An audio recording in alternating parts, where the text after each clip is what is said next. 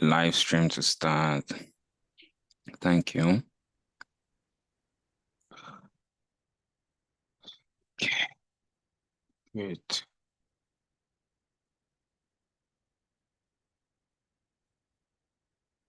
Okay.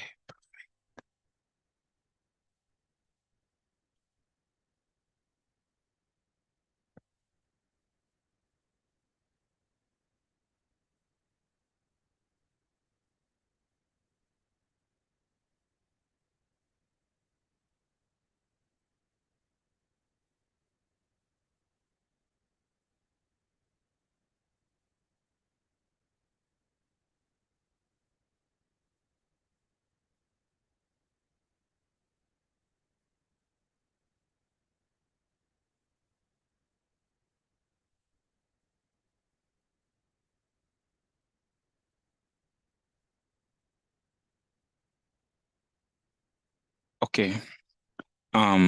Welcome everybody, and welcome to the second of two workshops.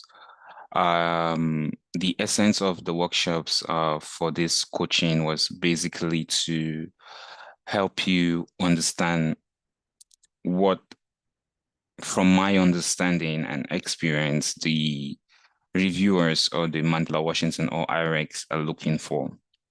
So for those who were in there in session one or workshop one, what we covered was looking at how you can differentiate yourself from everybody and making yourself very much more eligible for being selected. And we walk through the eligibility criteria and looking at each criterion, how to approach it and how to create your own story around these criterion, and then went through the tracks and went through the sections of the applications that were important to highlight or that people had challenges approaching, and then looked at how to approach your CVs. So that was what we covered in workshop one. There is a YouTube link for workshop one that you can look at it at the end of the video once you're done with this session, or you want to stop this and go back to it. That is fine, but we're going to keep writing. So for today's workshop, I call it an essay writing workshop. Now, whatever we're learning here today, it's not going to end with you here. You can transfer it to other applications. And like I would say the key thing here is, are you writing what they want to read? That is a question I want everybody to have at the back of your mind. Are you writing what they want to read? Or what do they want to read? And how can I write it? So you might write your story, it's interesting to you, to everybody who is not a reviewer or outside the MWF and IREX, but the question everyone should have at the back of their mind when they're writing is this what the reviewers want to read? That is the question. So before we begin, I'm going to launch a poll right away. It's going to pop up on your screens. And this is basically for me to have a feedback on session one. So the poll is coming up in 3, 2, 1, launch.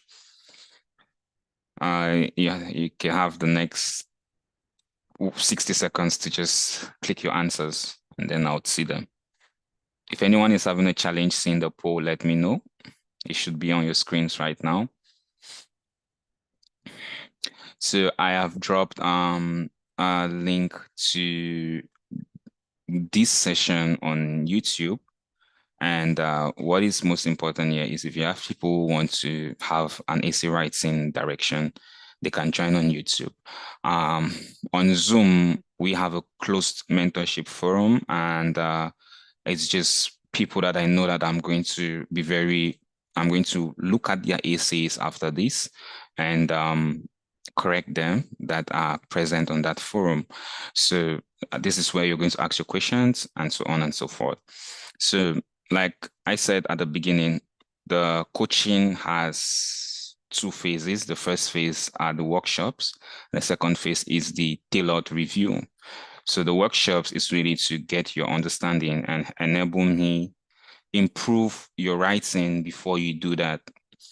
And then once you've gone through the workshops, once we've completed the workshops, then you can then take your essays. And like I said, the deadline for everybody in this group to send their essays to me is August 27.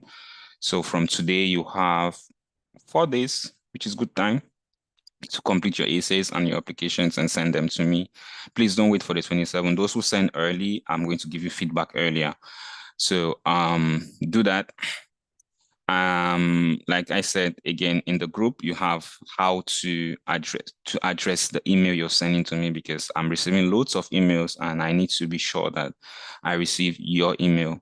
And I'm receiving loads of documents, so you have to rename your document with your name and the MWF 2025 so that I know that this is the person, because I have a list of those who are in the coaching forum. So all of these things I'm sharing is because it helps me to really know how to direct my energy.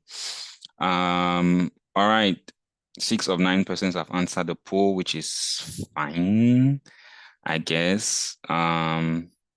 So I'm going to end the poll right now, and then we're going to get our hands dirty with what we came here for.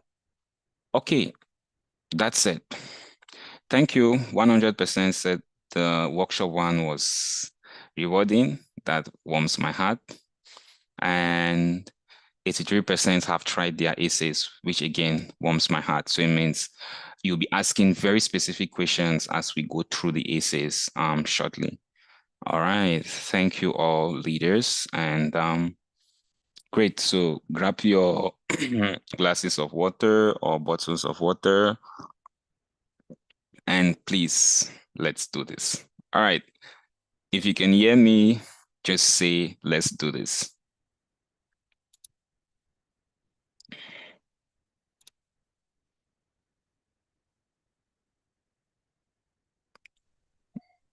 Let's do this. I've heard one, let's do this. Where are the others? Let's do this. Perfect. Let's 2, do this. 3, Let's do this. 4. Let's do this. 5, Let's do this. 6. We are 8. 2 people are left. All right. Well, as a good shepherd, I want, okay, so 9 on the chat, in the chat or on the chat. And let's do this. Great. Let's do this. Great. All right. So I have Let's do this. excellent. I have everyone saying let's do this now, which is reassuring that no sheep has been lost. So as a good shepherd. Yes. So I'm sharing my screen shortly, and then we're going to go through the nitty-gritties of writing. Yeah.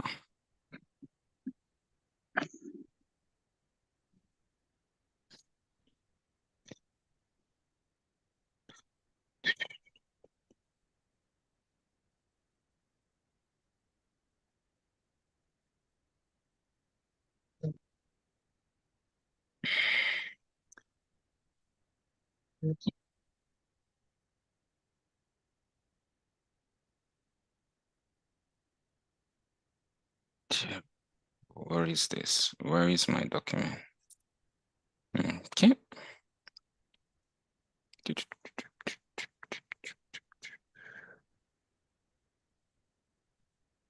Sorry for those who internet keeps knocking them out. I'm going to be sending you in, so it's fine. And now we go.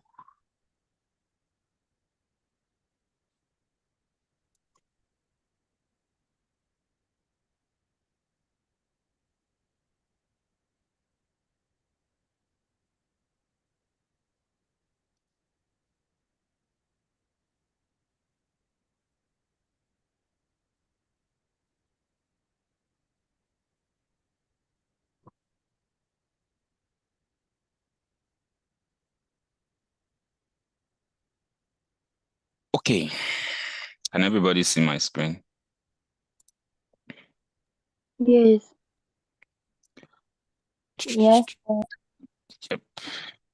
Great.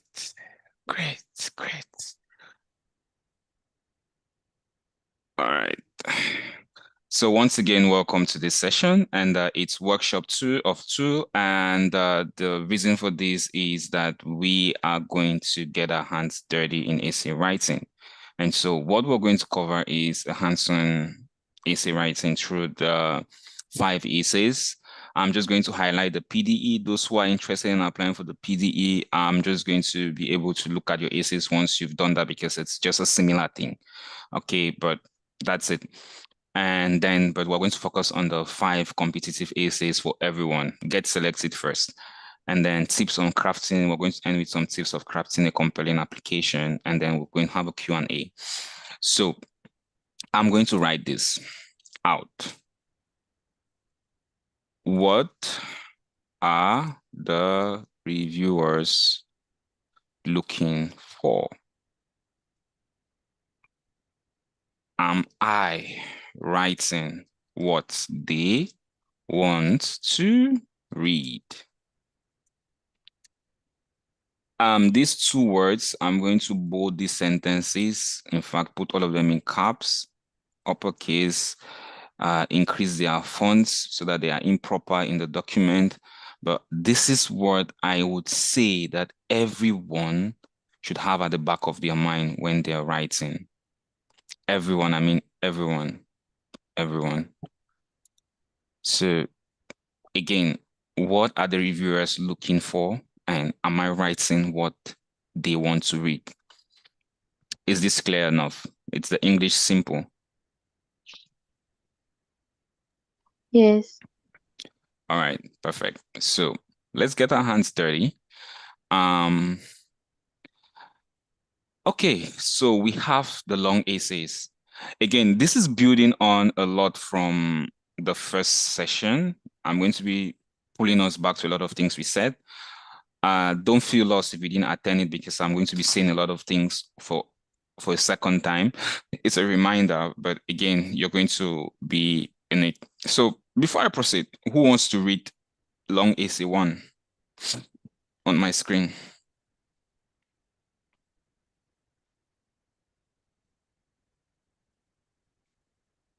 Hello. Okay, let me read. All right, go for it. Okay. Long essay questions, 250 words. What motivates you to work in the field that you do, and what specific goals do you hope to achieve within that field? Provide an overview of your major professional accomplishments from the past year, including specific examples of how these accomplishments have brought you closer to realizing these goals. All right.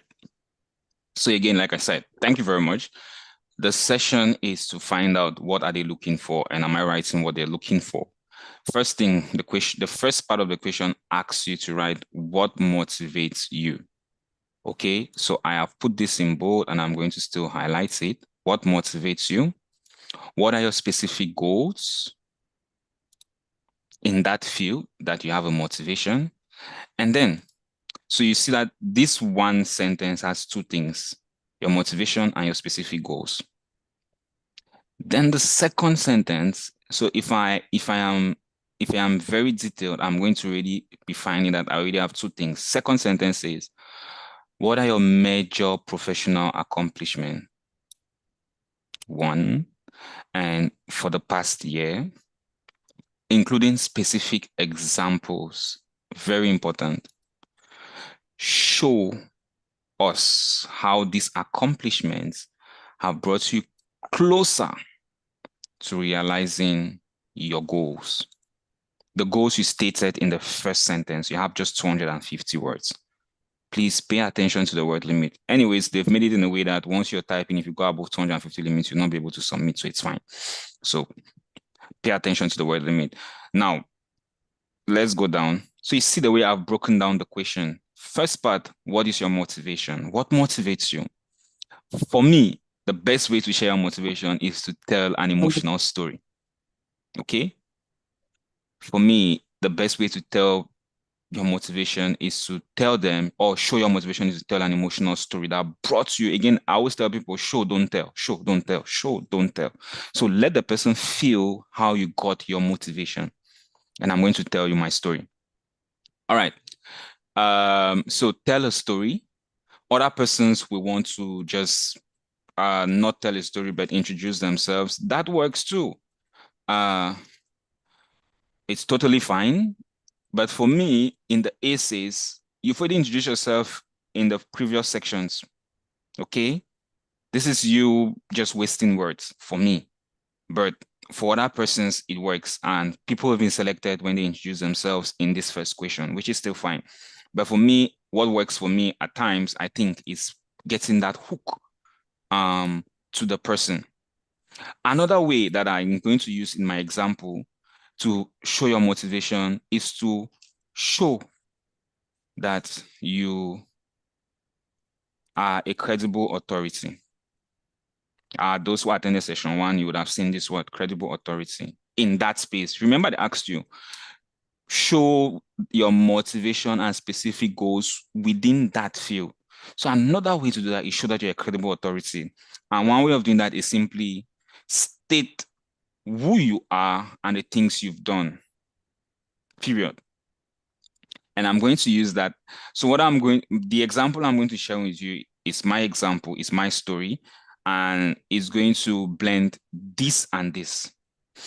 Now, whatever you use, just make it very compelling. So that's what I'm going to share below it. Does anyone have a question on how to approach your motivation? I've given you 3 approaches. There are loads of them, but this is what I think would work when you want to share your story. Does anyone have a question on this point? Yes, I have a question. Go for it. Okay, you said we should show our motivation. We should not tell. Like, I have a story, for example, I have a story, but my story is, I don't know if it's shown, like, I'm narrating a story of what motivated me, like, how impactful it was to me in the past as a younger self. And now, due to that, I decided to, as a teacher, for example, I decided not to create or to join this and that. I don't know how I will show using that story, because in the past I didn't have data, but it is what it impacted in my life, how it affected my life in the past. So I don't know. That's fine. I I'm was coming just shortly telling. to my example. I'm not sure you're only telling, but once I show my example, you're going to see that there's an element of showing. If what you said hypothetically is what you wrote, okay? So that's fine. Hold that thought there. Very good attempt. I would say that's a very good attempt, trying to tell a story around your motivation. So just listen to you saying it. You're telling a story around your motivation. Telling a story around your motivation is actually showing a film in writing where your motivation came from. Are you understanding me? So I'm just using your words, but I'm changing it. If I'm telling somebody a story, so for instance, why am I motivated in driving fast cars? One day I was heading for an interview, and because I was taking public transport or I was using a manual car, I got late. And so I lost an important job. So today I am a fan of fast cars because I know that if I'm in one, I can drive fast and I can get to my location on time. Do you think who is reading would not see where your motivation is coming from? This is just a hypothetical example. Are you getting my point? Yes, right away. All right, great. So somebody else's hand is up. Karine, can you? Yeah, so Yeah, go for it. good evening, though. Good evening, everybody. So a quick question. Can you show how much of a credible authority you are through a motivational story, like a blend of both? Exactly, that would be my example. Please, you're going ahead. Okay, let's grind on. Oh, okay. Let's get to Sorry. my example. Yes. Okay, great. So again, this is what I've said. The first part of the question is asking for your motivation.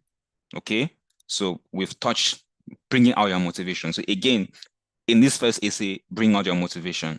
We've given you 3 approaches: telling a story, introducing yourself, or showing that you're a credible authority. And I'm going to share you my story. Next, the question asks for your goals. Again, we would always say your goals should be SMART: short, measurable, attainable, realistic, and time-bound. Now, this is your introductory word. And what I would say is there's going to be a goals question later somewhere, which is where you're going to expand from what you're going to say here. So for me, what works in these introductory essays is really stating your overarching goal. It might be in the short term, in the long term, but generally your overarching goal is in the long term.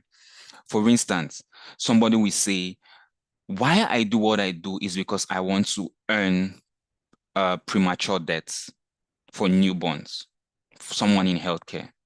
Another person will say, while I do what I want to do is because I want to improve the awareness of the African design ban in fashion. That's a business lady promoting design and fashion.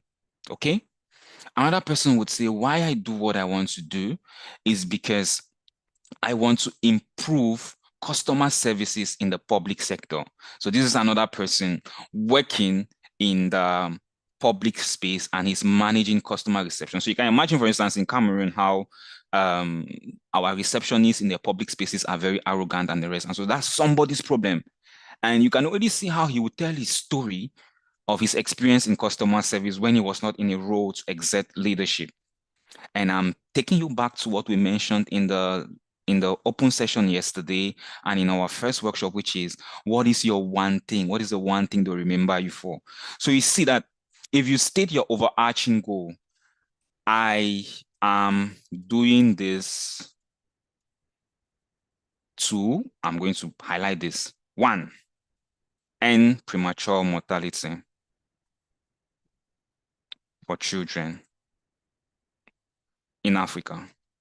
That is your overarching goal. Improve customer experience in public spaces. That is your overarching goal. Good. Third one, improve design and fashion of African fabric across the continent. That is your overarching goal. So these are examples of you stating. So what this does is that you have already stated what we say your one thing. You have stated your one thing. And so early on, the reader already knows that, oh, this guy is premature mortality. This guy is customer experience. This guy is fashion and design, or African fabric and design. That's it. That's it. That's it. You've stated that already early on. And what is a trap here? Don't change your story down the line. State it and then build from it. You see that you've not given any details of what you're doing, but now you've given why you're doing this, because that is your overarching goal. Now, somewhere in your essays, you're going to have somewhere now to break it down. How do you plan to achieve this in the short term, in the long term, and in the short term, intermediate term, and long term? And that's where you remember when I said your impact should be measurable. And if yes, what are your metrics of measurement? Because that is what you're going to use to state these goals. And that is why we say your goals should be SMART, because you have somewhere that it has to be measurable. That's what the M stands for. It has to be attainable. Okay? It has to be realistic. Don't state things that are unrealistic, and it has to be time bound. That's why we say it should be short term, long term, or short term, intermediate term, and long term. You can put it 1 year, 3 to 5 years, beyond 5 years. That's how people say it. And then it should be specific. So the S there is specific. So what is a specific thing? And if you've already stated your overarching goal, like you've done this, you've already stated one specific goal, and then now you're going to break them down. Are we together? Can I get yeses, yeses, yeses on mute, and let me hear and make sure that I'm talking to myself. Yeses, yeses. Are we together? Yes. Yes. Question. Yes, yes, yes. Great, excellent. Question. Go for your question, please. Unmute and ask your Good. question. If I understand clearly, I want to think that when you're stating your goal, in that first question, it doesn't necessarily need to be smart. Exactly. You don't need to go So, through all the smart things. Yeah. okay. So, for Yeah. example, I could just say maybe my goal is to tackle food insecurity amongst vulnerable groups in Cameroon, and I end there. Exactly. That is fine. They have already grabbed the person. So let me go back to the question again. What motivates you, and what specific goal do you want to achieve in that field? So for instance, vulnerable groups fits food security. You might have told a story of you saw some children not eating well and they've been having malnourished, blah, blah, blah. And so your specific goal is to end or is to improve food security. You get the point. So they know that is your motivation. It came from you maybe seeing a malnourished child or a malnourished image on TV, or you went for a work campaign, and in the side of your job as a journalist, you saw that this group of people that you were reporting, you were doing a news report, you saw it was a vulnerable group, and you saw really so many malnourished children not having food to eat or eating from dirty sources, and you were like, I'm reporting this news, but there's something I can do about it. And so I was motivated now to join an NGO that works around food security. And my specific goal there is basically to end food hygiene security for this vulnerable group. You see how you told a story and you've given your overall goal. That is the first question. This is the first line of the question. Are we together? Yes. I hope we're seeing the importance of asking questions. I've used what she said and be able to tell the story, write what I think that the reviewer also wants to look for from that story. So let's take the second part of question 1. We're going down. So you've said you have to state the overarching goal. We've seen examples. So I might just want to add your own thing there. And food insecurity. Thank you very much for that insight. Insecurity for vulnerable groups. Now, I'm going to give you a good ending to this goal that I think that to all of the goals, how I think I always want to end my applications. And so the focus on question 1, again, is really stating your one thing. And your one thing here does not need to go through all of this because you're going to have an opportunity to state that. Now, why am I saying this? Because you have just 250 words and you have how many things to go through? You have almost 6 things to highlight in that question 1. Somebody might give all their goals, but they'll miss these other things that the question is looking for. And that is what it differentiates people from other people. So now, next part of the question states, measure accomplishments. Measure accomplishment. Not all your accomplishment, but again, when you're starting, like I said, start with a blank sheet.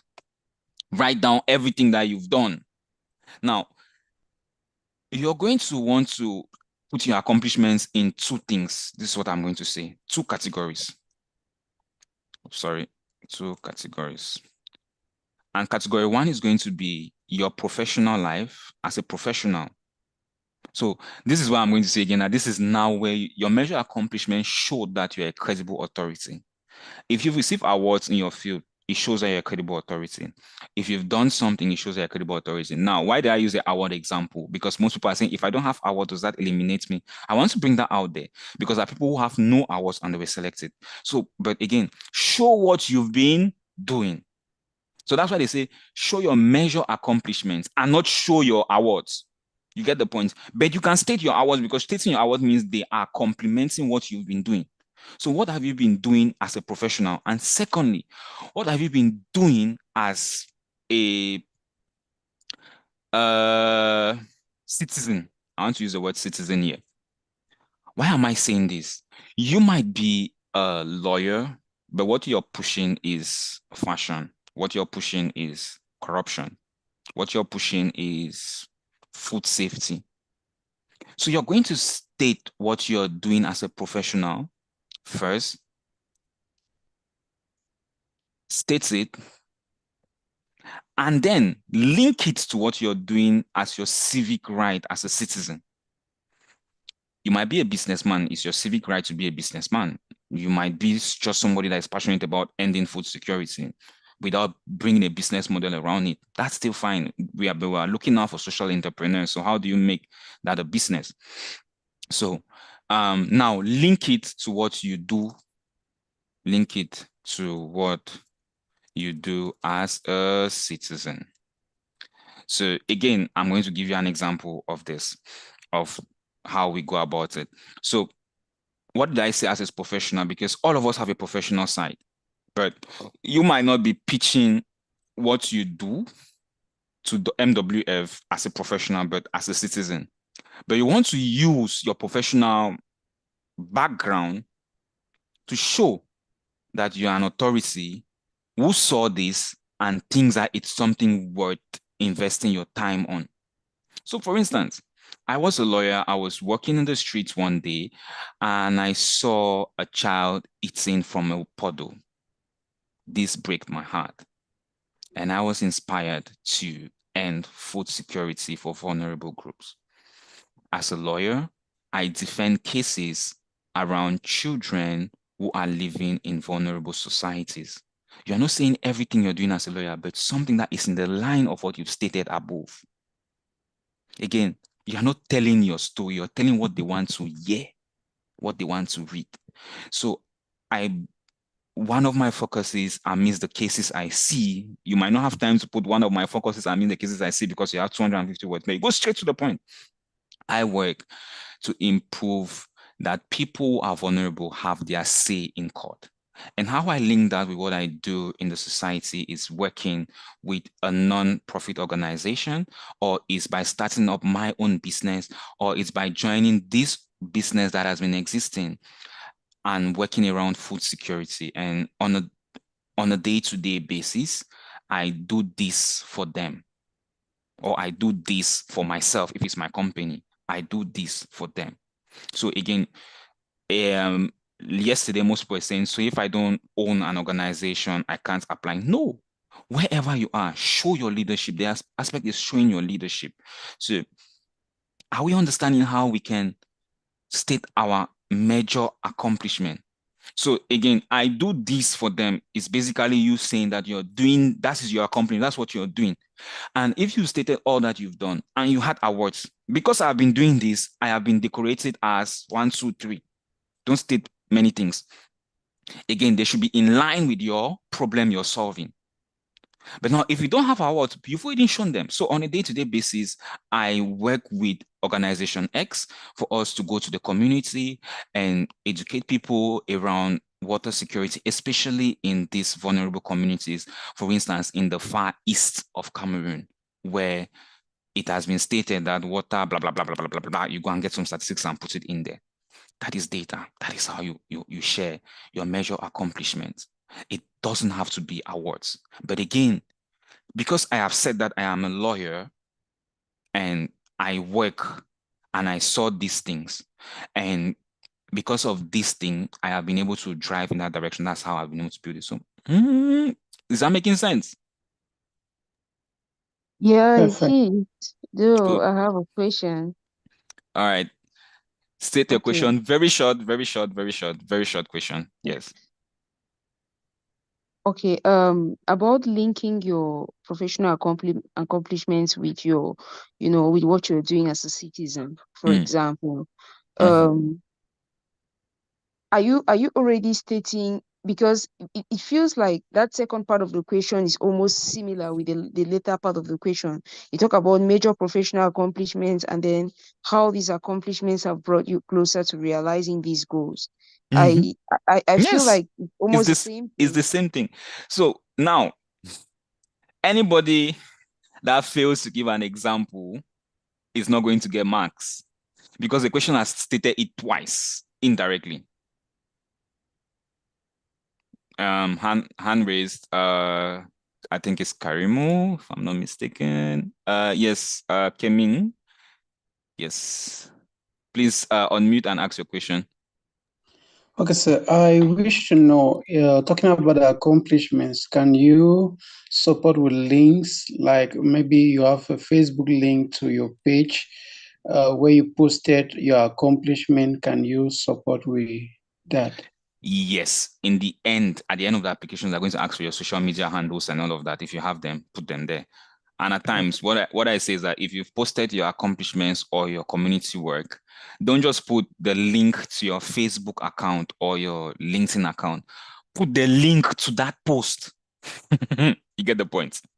Yes, sir. Yeah. Put the link to that post. So this is for everyone who is posting things online. When you get to the end of the application, when they say share with us your social media handles, don't just share your landing page because the person is just going to land there and see your face and the rest. I know that your page is existing. It's not going to get data. So the trick there is share the link to something that is very impactful in your story that you've told. So that once a person reads and clicks on that link, he lands directly on what you were sharing and sees it. Again, that's an aspect of showing. Again, if you don't have a social media link, this is where you are showing it is in your writing. This in your writing. Next hand up, please. Yes. Go for it. All right. Well, I have a question concerning you introducing yourself, like you said in one of the sessions we had. I don't remember the doctor's name. I think that's the session we had yesterday. She said we should always introduce ourselves at the beginning of every AC. Now, you just said we should after it's not necessary, you can just tell your story because you've introduced yourself already from the beginning. So I don't know, I'm a little bit confused whether I should introduce myself or in all the aces, because there are actually 5 aces. I don't know whether I'll have to introduce myself over and over and over again or leave that out.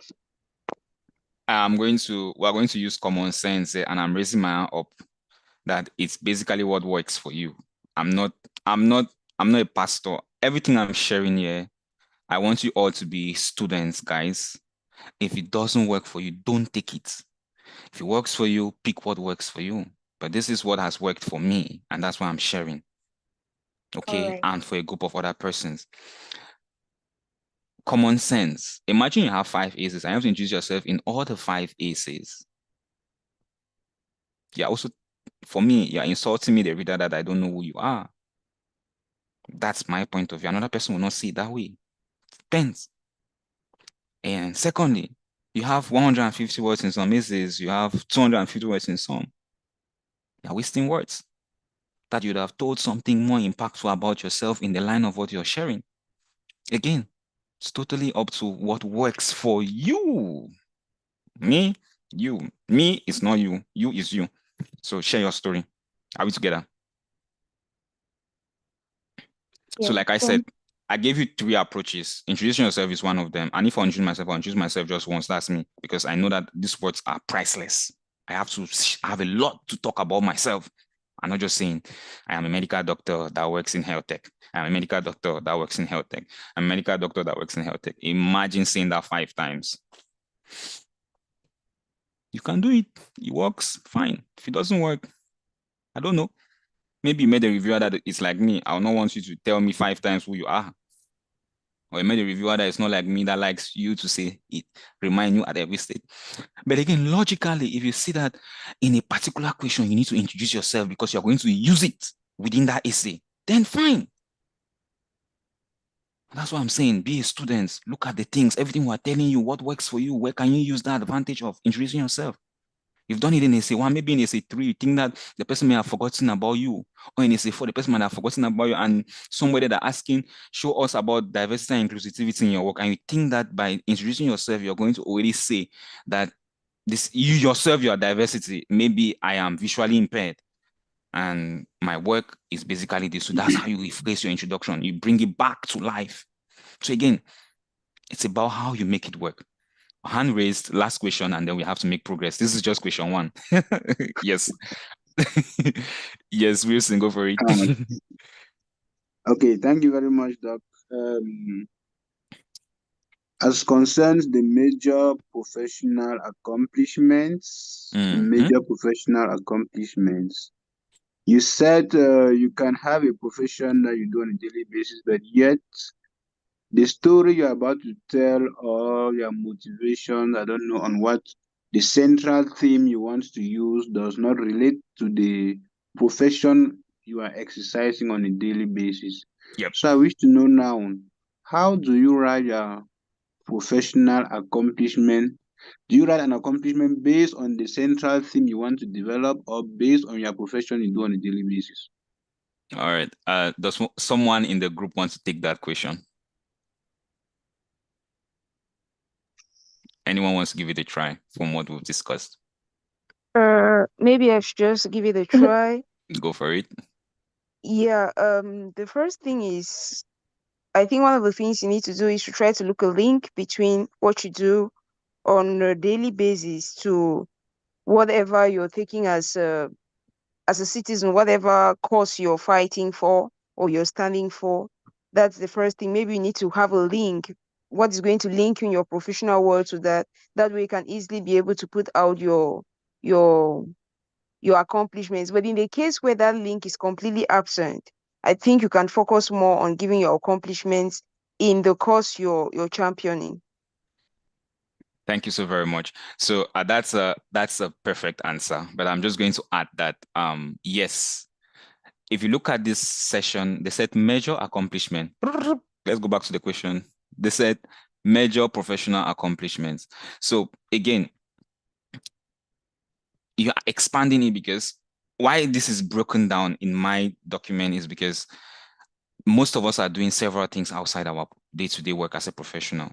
So you want to state what you're doing as a professional and then link it up to what you're doing as a citizen. Now, if your central story, if your core theme is more on what you're doing as a citizen, then you stating what you are as a professional and bringing out that story, like I shared the story of the lawyer that is now doing food security and the rest. He is working on cases. So I decided to use myself as a lawyer working on cases for the vulnerable community. And because I was working for cases on the vulnerable community, I saw this need. And now, outside my work as a lawyer, I am championing ending food security for vulnerable people. And I'm working now with an organization, or I have created my own organization or my own business around that idea. Does that answer your question, Wilson?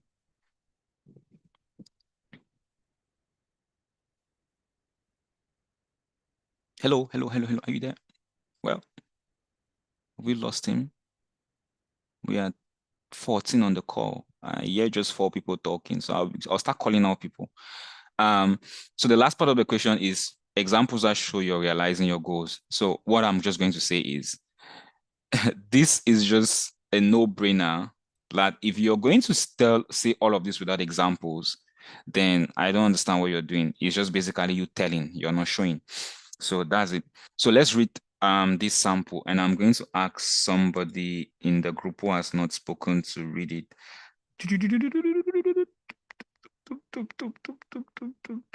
Michaela, can you read this sample? I've dedicated the past 5 years to harnessing digital technologies and context-specific research to combat non-communicable diseases such as diabetes and hypertension among youth. As a primary care physician and digital health expert, I've impacted over 5 million lives. My motivation was fueled by a heart-wrenching experience as an on-call doctor. Christy, a 35-year-old engineer and mother, arrived at the emergency room unconscious, the consequences of untreated stage 2 hypertension. Christy's tragic story epitomes the NCD crisis. 3 in every 10 Cameroonians succumbs to NCDs. Through research-backed initiatives, I have spearheaded efforts to prevent such death. In 2019, I founded Sintieh Research Academy, where I trained over 700 healthcare professionals from 5 countries to lead NCD research projects. My accolades include the most innovative clinician in my health district, the first physician Mr. United Nations Cameroon, the first Cameroonian Johnson & Johnson Scholar to one of the Young World Summit, and selected for the Cameroonian Leadership Academy. Currently, I serve as the local NCD physician, a project director at NCD Cameroon, overseeing prevention and clinical care for over 500 patients. Additionally, I provide bi-monthly health education on Cameroon National TV, CRTV, reaching an audience of over 2 million. This year, I'm leading the development of Med Access Afrique, a platform facilitating NCD patients' access to healthcare. Over the next 5 years, these efforts will contribute to reducing NCD-related death by 30% UN SDG 3.4 and empower at least 5,000 next year. These efforts will contribute to reducing NCD-related death by 30% and empower at least 5,000 healthcare professionals across the continent. These will ensure universal health coverage in Africa. Thank you. Any comments?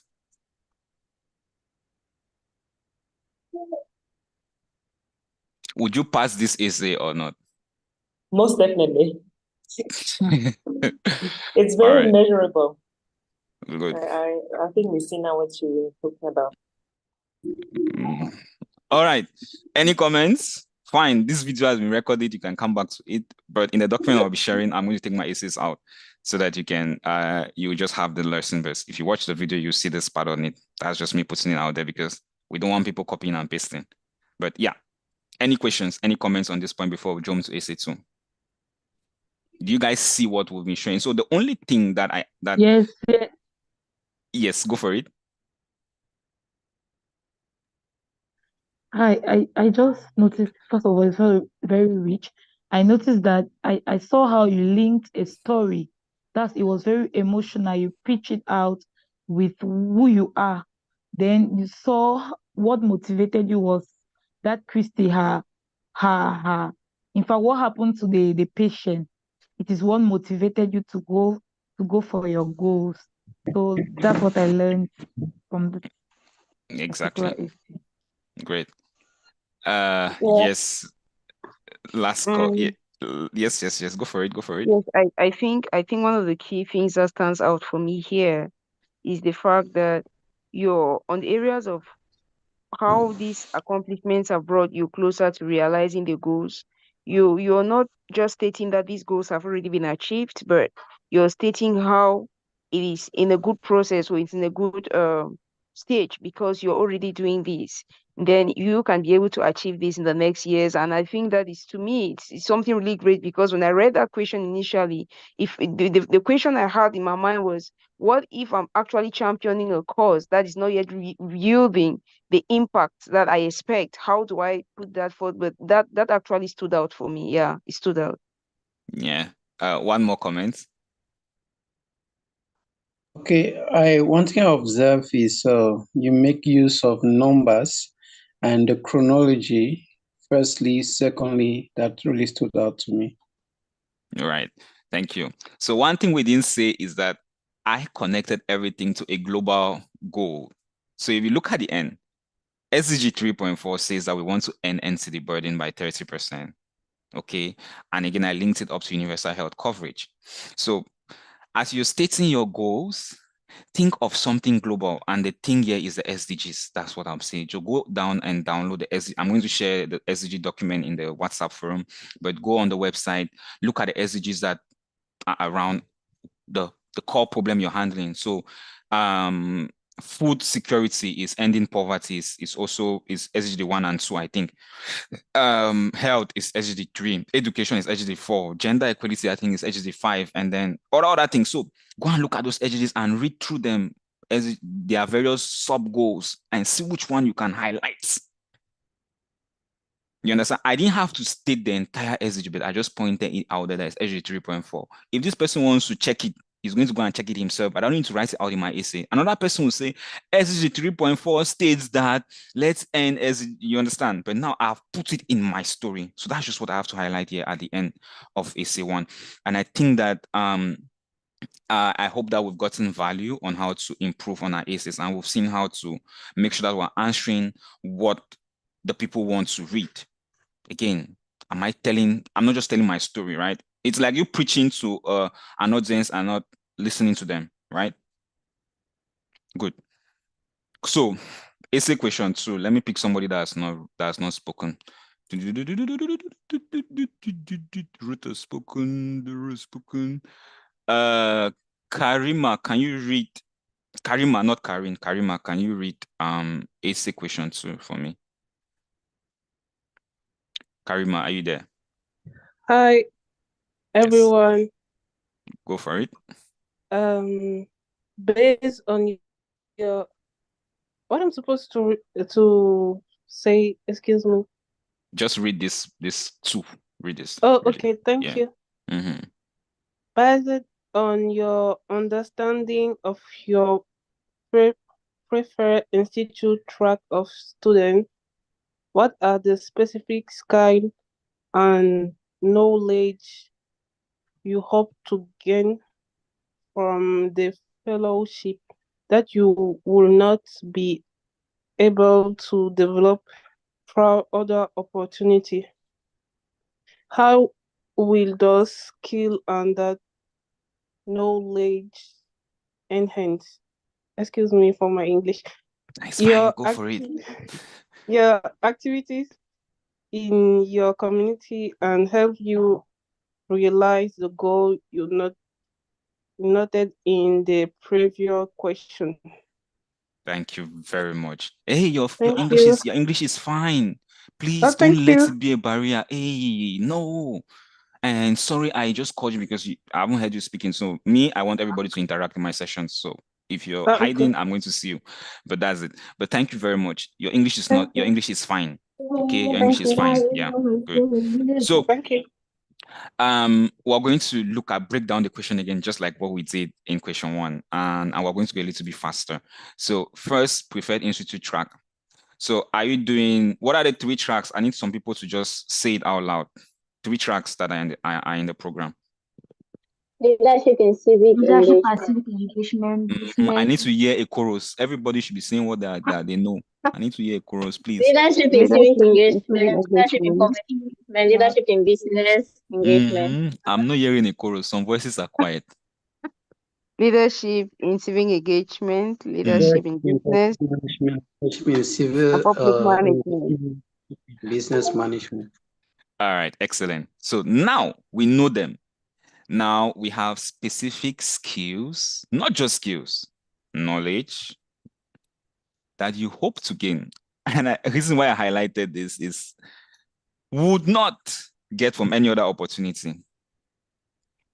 So you have to go down. We're going down now. So what I wrote there was we are looking at track skills and knowledge. And what I want everybody to do based on the track you're doing is go to Google, ask Google. I want to do business and civic engagement. What are the top 10 skills for entrepreneurs in Africa? What are the top 10 skills for civic engagement in Africa? What are the top 10 skills for public service in Africa? Ask Google. Now, when you have that list, go back to your story, because the question asks you your goals above. Go back to your story. Which skills do I think match the story I have told? And you check them, please. 3 to 4. Don't say 10. Please don't confuse your audience. 3 to 4. 3 ideally. Pick them now. And then you're going to state it there. I am going to do civic engagement because I want to attain skill number 1, 2, 3.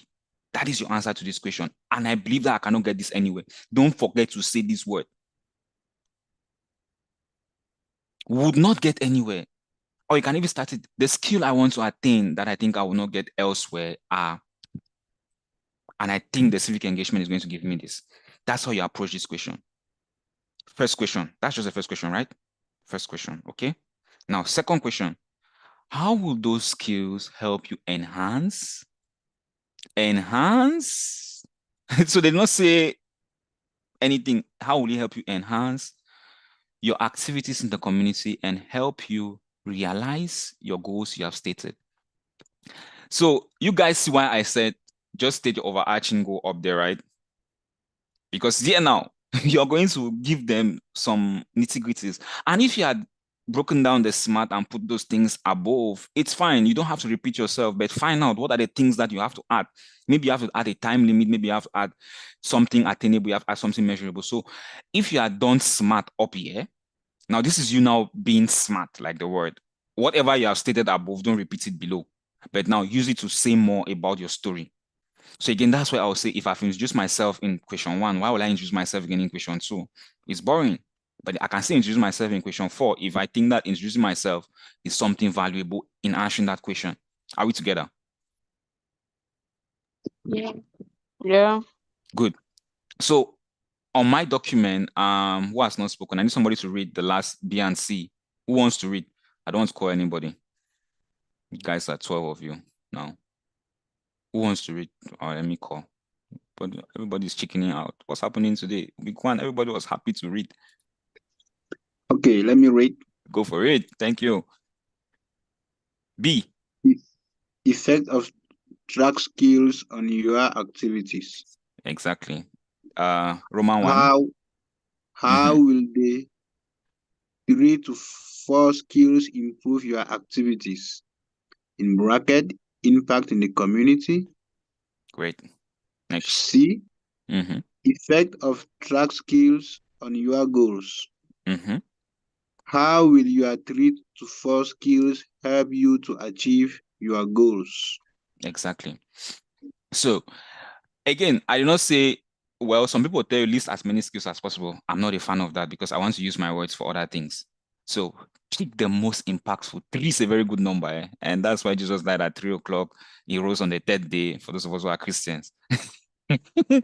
And for those of us that are not Christians, if you notice, everything's around 3. If you're a designer, there's rules of 3. If you are an artist, there's rules of 3. The 3rd chord, 3 is a very good number. And the human brain keeps things in 3s. That's the most important. If you're an educationalist, you want to keep your audience on 3 things. What are the 3 take homes? And that's what I always do. If you followed me, that's what you see me doing. Because if you tell somebody 3 things that they will have to take home, they'll write it. But if you tell them 10, it's a lie. They cannot give you. So now, effect of track skills on your activities. So pick those 3 skills and state what they are going to do. I want to learn about the use of artificial intelligence in fighting corruption. For instance, this is somebody in public service that is working in technology. That's one skill you want to learn. And so state how this is going to improve it. This is going to improve my work because I might now come back and educate the entire team in my service on how we can track corruption. I want to learn how, as a lawyer, I can fight food security. What are the skills I need in that space? So maybe as a lawyer, lawyers are good public speaker, but you want to learn around team building. So I want to learn how to effectively build teams to fight a cause. That is you being a lawyer. Okay, so you state that and how it's going to build. This is going to help me achieve my goal of ending food security because I'm going to want to train maybe 2 or 3 other persons at the end of my fellowship so that they say if you want to go far, go together. So you can even put some quotes in it. If you want to go far, go together. So I'm going to train 3 or 4 persons that are still going to be championing the same cause. That is if I'm doing it. But if I'm in an organization, I want to train my team that has been designated to me to build that. Are we together? Does that make sense? You are a business person. I want to learn on how to build a compelling customer journey plan.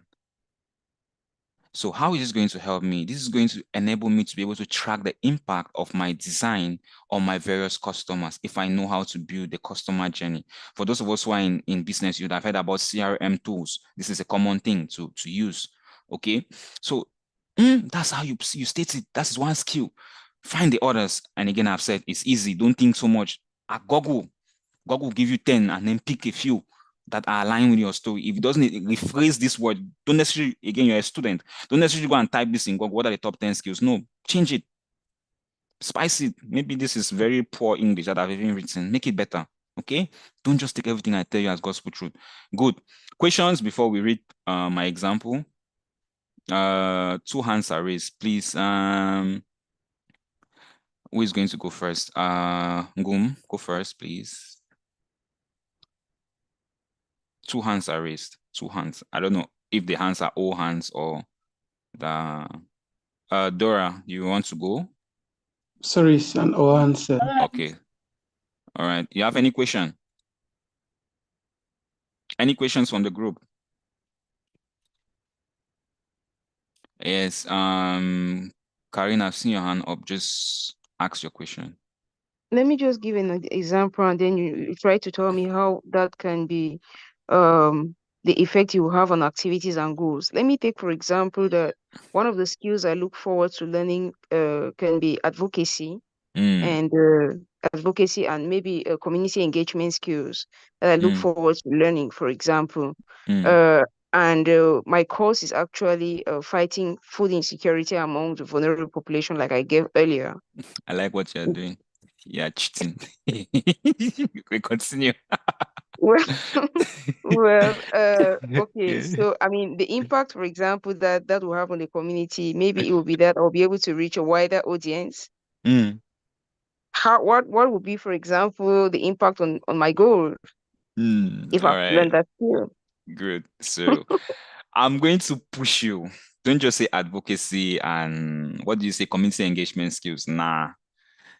Advocacy. What in advocacy skills are you looking for or knowledge are you looking for? Go and find one specific thing in advocacy. I'm not an expert in advocacy, so I cannot really give an example, but go and find something, push Google, ask it, what is that one thing that I want to get in that space? And same thing with community engagement. What do you want to get? Is it effective communication? Is it design of community projects?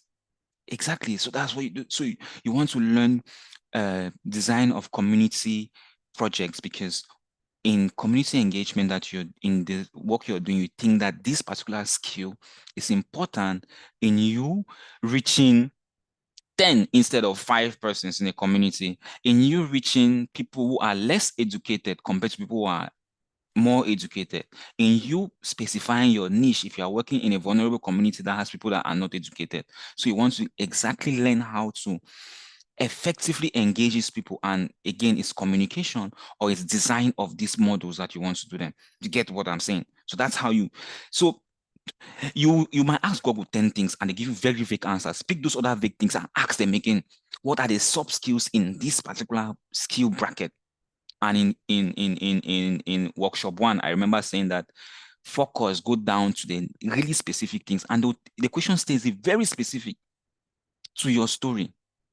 I hope I've answered you. Dora, your hand is still raised. Yeah, Yes, thank you very Dr. much.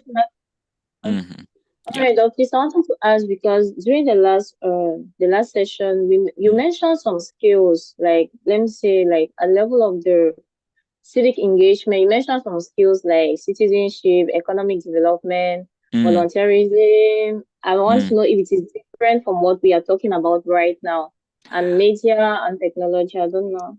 Oh, that is not me that mentioned it, though. That is Okay, no, what it is was in the written in the document. yes, in That's the what document. IREX wrote in their document. Those are their list of examples. I remember in what we were saying is that if the skills that they've stated in the example is not there, and even in the question, I think it's the same document I'm using, so I can go back. Resume, CV, and here we Can we use go. those skills? You can use them. I'm not refusing. You can use them. Nothing stops you from using them. But again, if the skills you are looking for is not in this list that they gave you, citizenship, economy, blah, blah, blah, blah, if it's not there, what will you do? You have to ask Google. Okay? So, yeah, so that's what I'm saying. But again, this is vague. Citizenship, what is citizenship? You have to find out what exactly skills, all of us are citizens. So what knowledge in citizenship are you looking for? So yeah, on this day, I said, provide specific details on the skills in the various civic engagement skill domains provided above, because I call them skill domains because they are not necessarily skills, they are just domains. Make sure they align with your story. Use a search engine and type maybe search skills in economic development for civic engagement. This is what we had on that day. And identify those that tie with your need or story, and do this for up to 3 to 4 of the domains. So it's the same thing I'm saying. All right. But now, if your skills are not there, how do you approach that? Okay. So That's it. All right. Good. So let's go back to where we were. And so who wants to read my sample of essay 2? This is in, I'm going to break it so that I read on one page. Sample. Who wants to read? Or should I call somebody that's not spoken?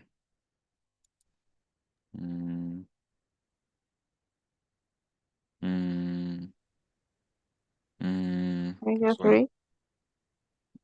I've overheard this voice. Calm down. It's okay. I'm looking for somebody that has not spoken. Who has not spoken? Peter. Mukong Peter, please unmute and read.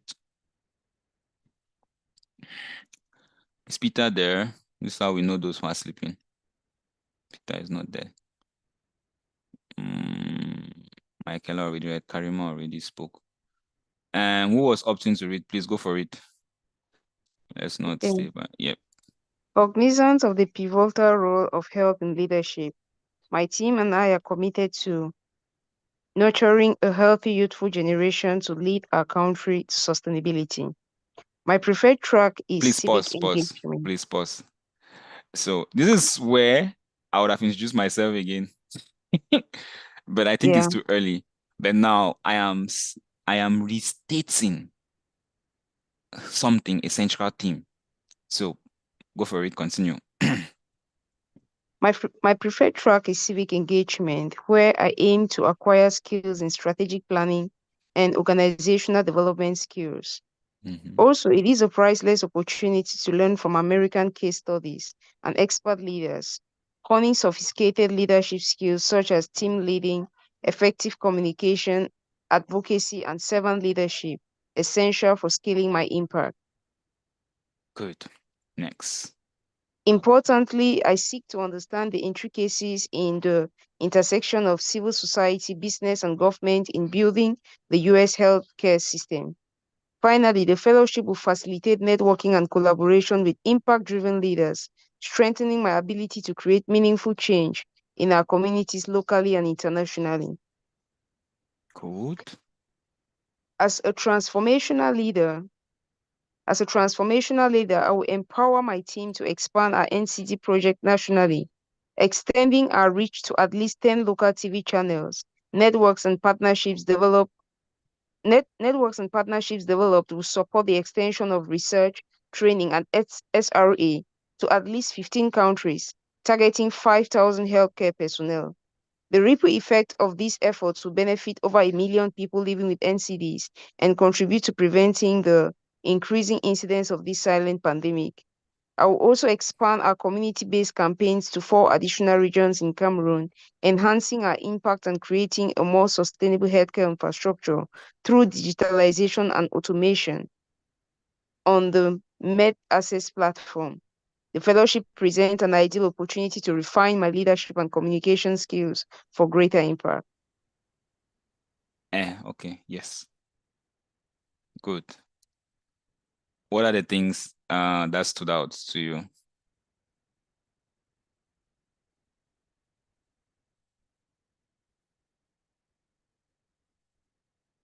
First, I think this answers one of my key questions, which was, do I need to state the track while answering this? Yes, you did stated it. Second, I look at the skills you're actually, pointing out. They are quite specific. They are not just generic skills. Another thing that stood out for me is trying to give importance to this opportunity by stating that you want to learn this in the American system, for example.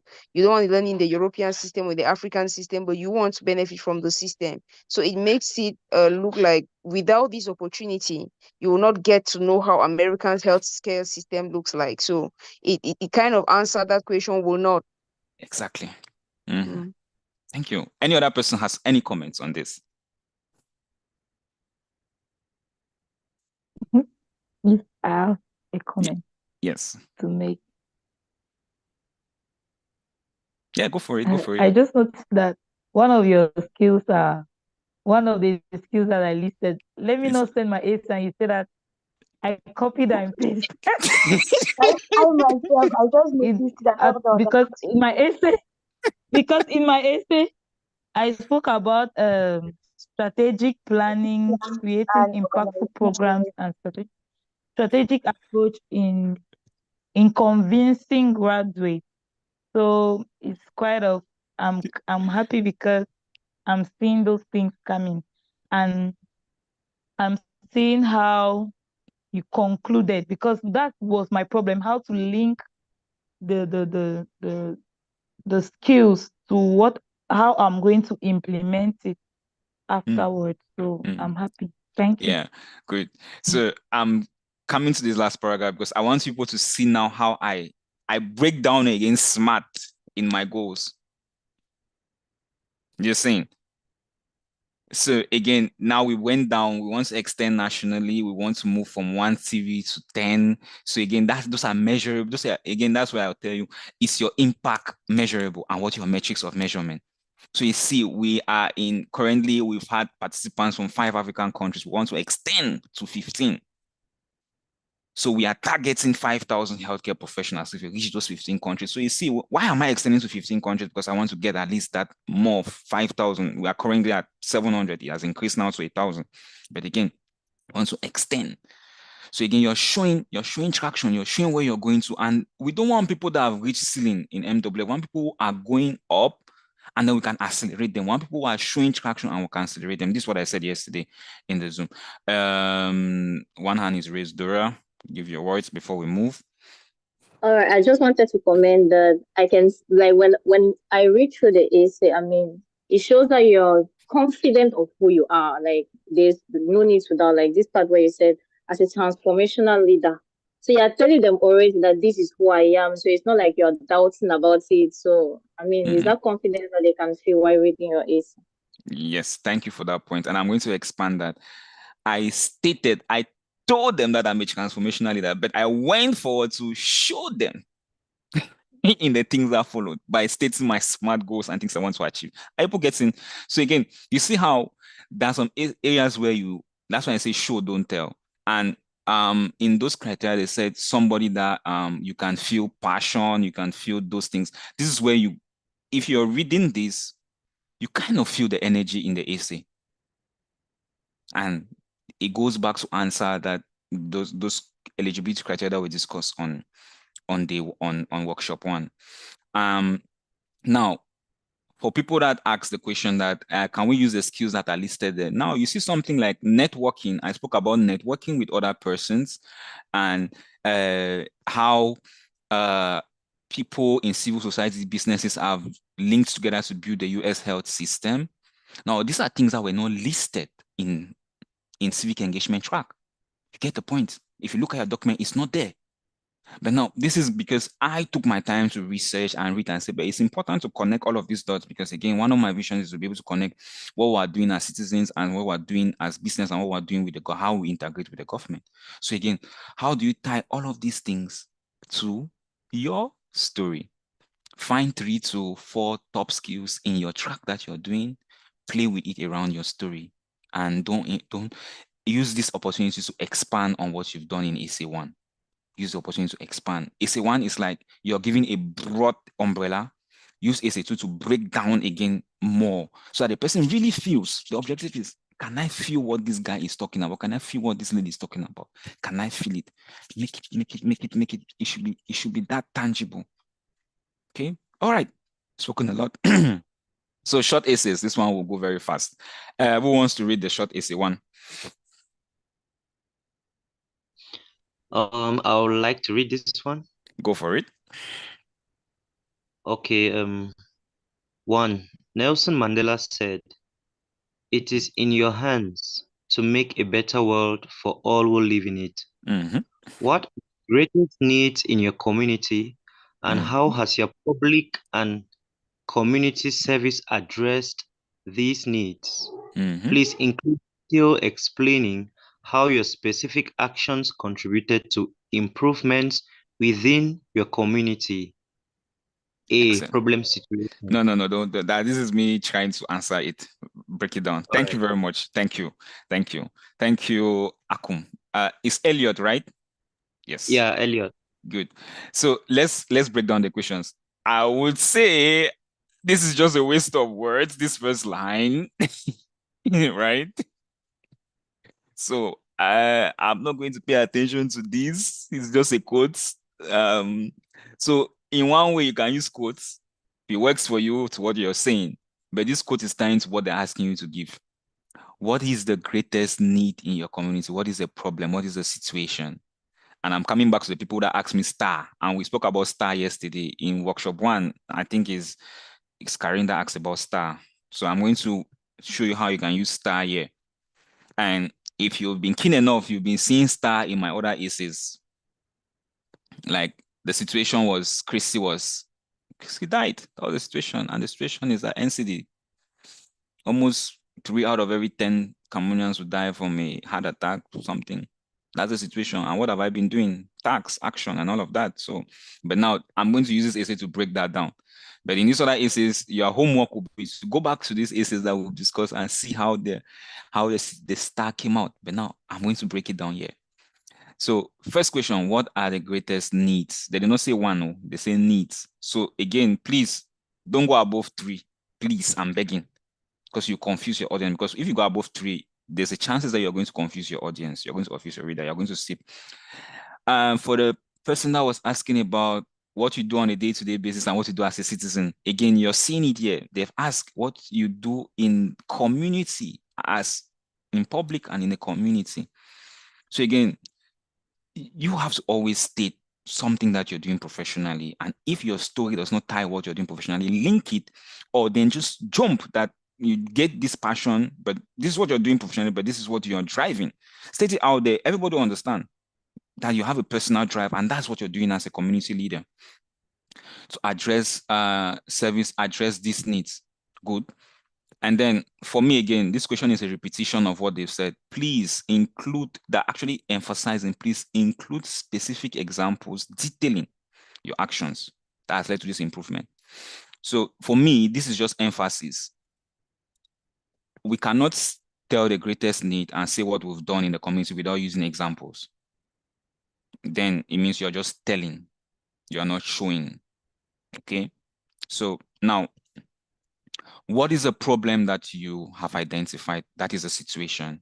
So again, if you had stated up there that you want to end food security and hunger, whatever, this is a time where you can brag with some statistics. 3 out of 10, or the WHO or the UN states that this is the burden of that of whatever problem you are targeting. So what was your core thing in AC1? This is where now you give the statistics. So another person will give the statistics in AC1. But for me, if you have an emotional hook in AC1, it glues the person to reading. And you can come and give those statistics here, somewhere in the middle. That's what I think. That's what I think is more appealing, because, oh, you've seen my passion. Another person will say, my passion to any food security is because the WHO states that, Now, if you are just stating statistics, it doesn't really, you cannot really touch it. You cannot really touch that passion. But if you say my passion for food security, oh, Karin, you have dealt with these people in this workshop. Now everything I'm saying is food security. Yeah.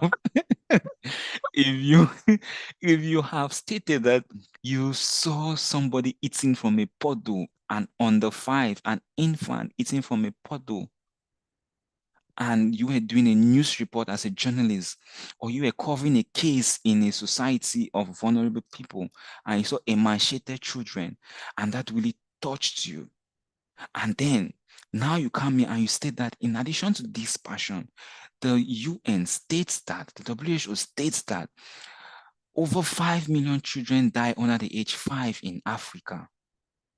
Oh, that is the situation you stated.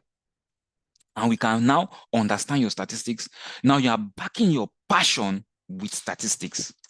So this is where you back. It's not just me being passionate about football, but I'm backing that football is the most watched entertainment sport in Cameroon, for instance, right? Back your passion now with statistics.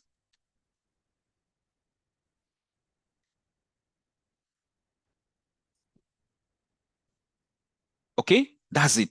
Now, once you've given those statistics, now tell them what do you think needs to be done? And what you think needs to be done must not necessarily come from you, right? Must necessarily come from you.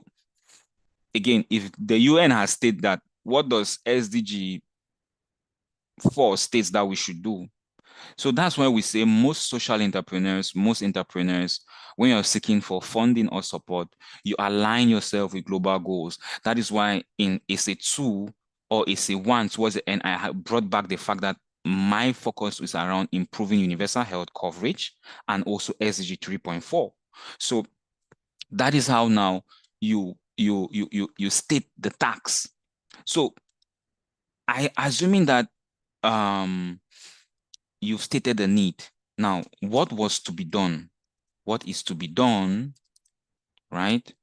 What have you done? Have you done in that light? So that is you stating the tax and the action. What is to be done is a tax. What have you done in that light? That is your action. Okay? And then if you have results, this way now, if you have results, you state it.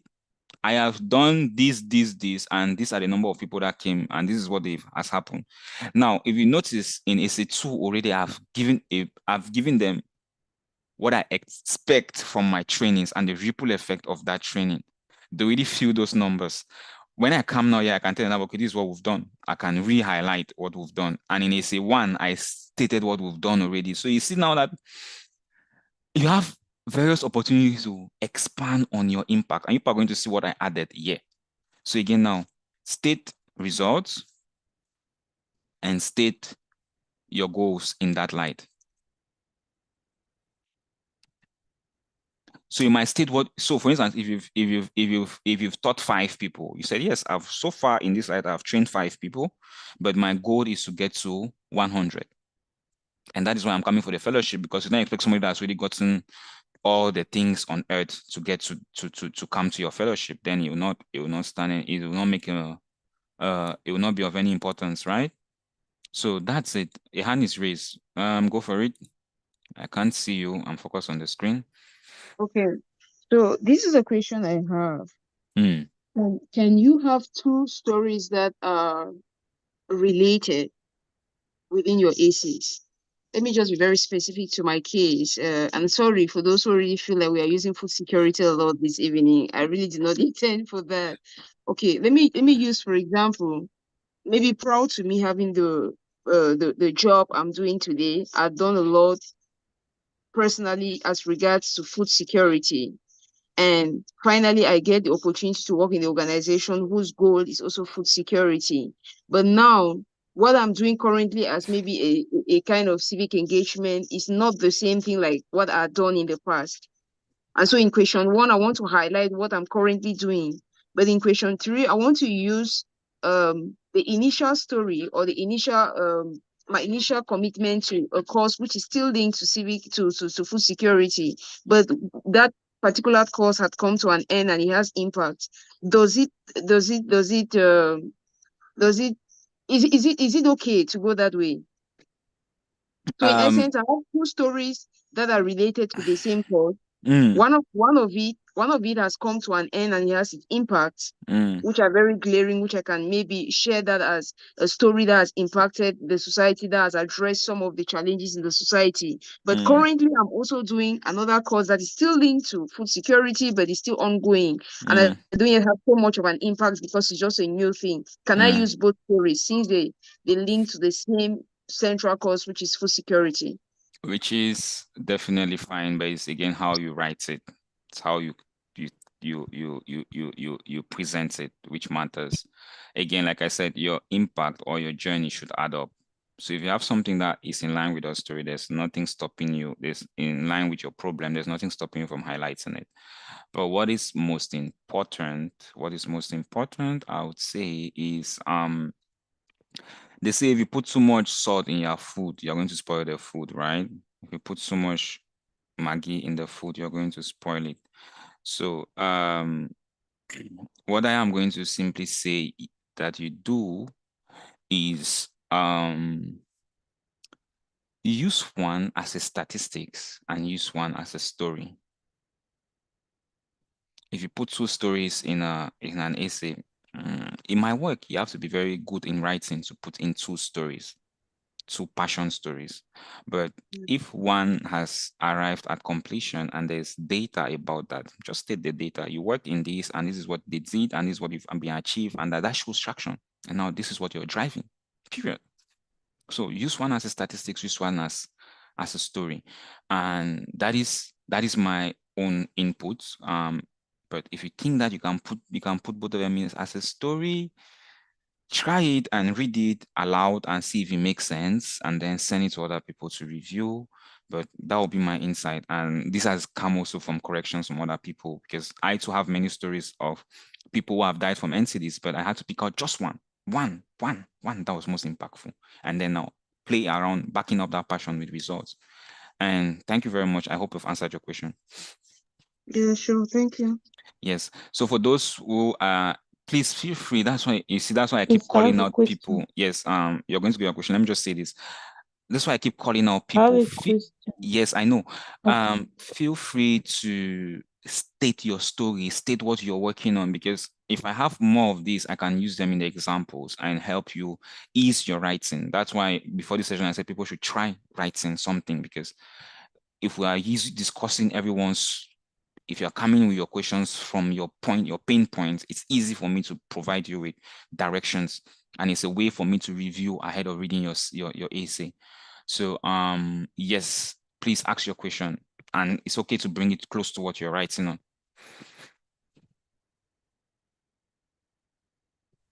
Yes. Actually, when I was writing essay number 3, I didn't really consider linking, or I was trying to list out 2 community impact, in fact 2 leadership skills, what I did in the past. But I how can I say it? I went about, because actually my work is on career orientation, improving exposure to career opportunities for rural students, for the rural community where I work in Monatele. So rural students in Monatele.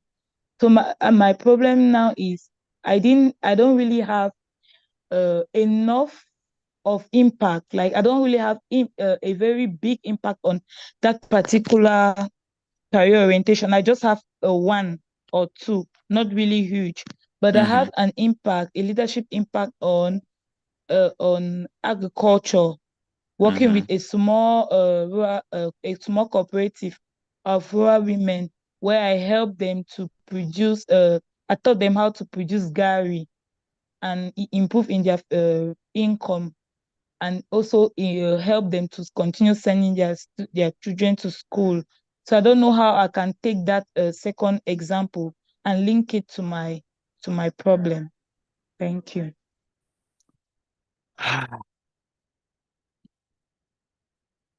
You know what? What I'll say is that write your essays and send them, and it's okay for you to focus. Like if your central theme, if you want to talk about agriculture, talk about agriculture. If you want to talk about another thing, if you think I can connect the two, please do. But just write and then send, and we'll be able to narrow it down. But my idea would be try to write. Again, when I say impact doesn't necessarily mean that you've seen 100 people. If you've seen just 2, even if you're just starting, show your goals, show those goals that you want to achieve. Make it really, they should be able to feel it. And you can see, you are seeing the examples I've written, how you try to write in a way that the person feels your energy, your zeal around that. Okay. I know that's not a finite answer, but I think we can work more on your specific essay when you send it. And I'm happy to do back and forth, especially on this particular essay that you've said. Okay? That's why it's a close mentorship, because at the end of this, we'll have a tailored review of everyone's essay. All right. Thank you. Dora, your hand is raised. All right, Doc. I've noticed, in fact, I feel like question 1 is a bit similar to question 3. I mean, like the essence of question 1, there's some certain things that somebody can still repeat again in question 3, especially at the level of the result, because in question 1, they're asking you to state out your professional accomplishment. Like, for example, we are working on sickle cell disease, like trying to to end sickle cell disease in Cameroon.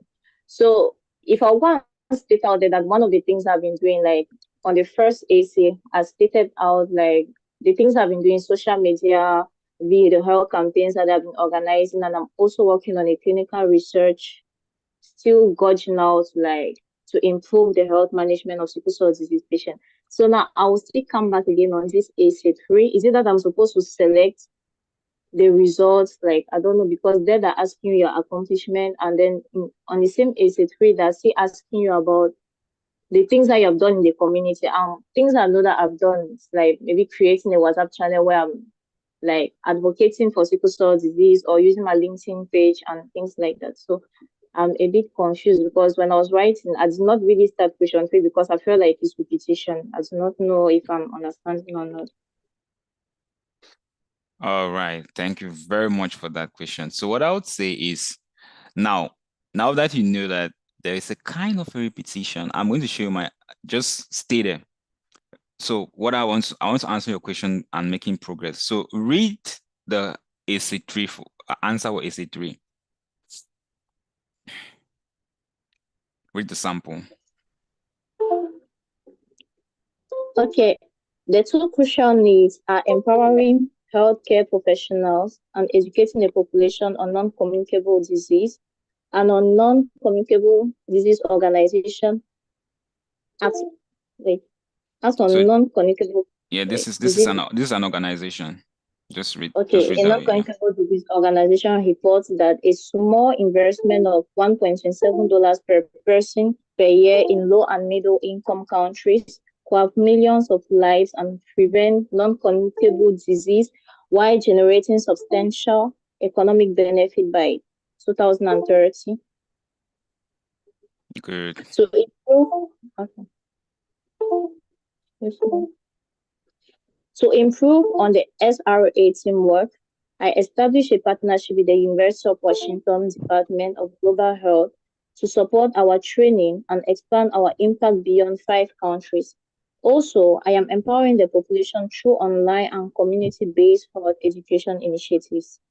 Having served by health district with an average population of 500,000 people, I aim to extend our reach to 4 other regions.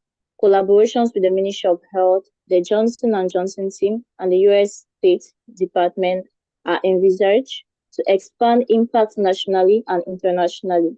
Finally, the upcoming Med Access platform consolidates all this, creating a force to end non-communicable disease. What are your thoughts based on your question? And based on what you read in essay 1. Okay.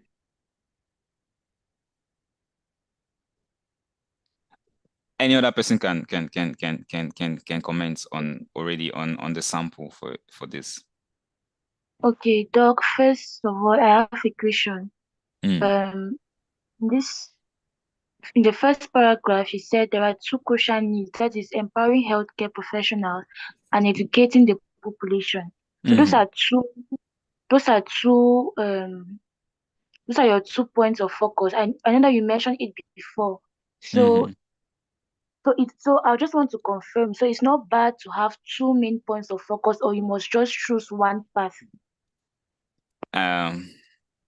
So the question you asked, what is the greatest need in your community, right? And the second part is, how is your work addressing it, right? Yeah. Good. And then you should use examples. So that's basically how I am pushing. So yeah, I have stated the need to address the NCD burden. And I say that too in that focal theme, which is educating more healthcare professionals that it's not only malaria and TB and HIV that is killing, but also diabetes and hypertension and strokes and heart attacks are killing people in Cameroon, right? And then also educating the population. So I want to build an army so that we can train the population. You get the point? So it's not like me going out of my central team, but it's me stating two needs within that central team. So let's take sickle cell that you've mentioned. If we want to end sickle cell in Cameroon, what are the 2, 3, 4, no more than 4 needs in Cameroon, for instance, that will help fight sickle cell disease?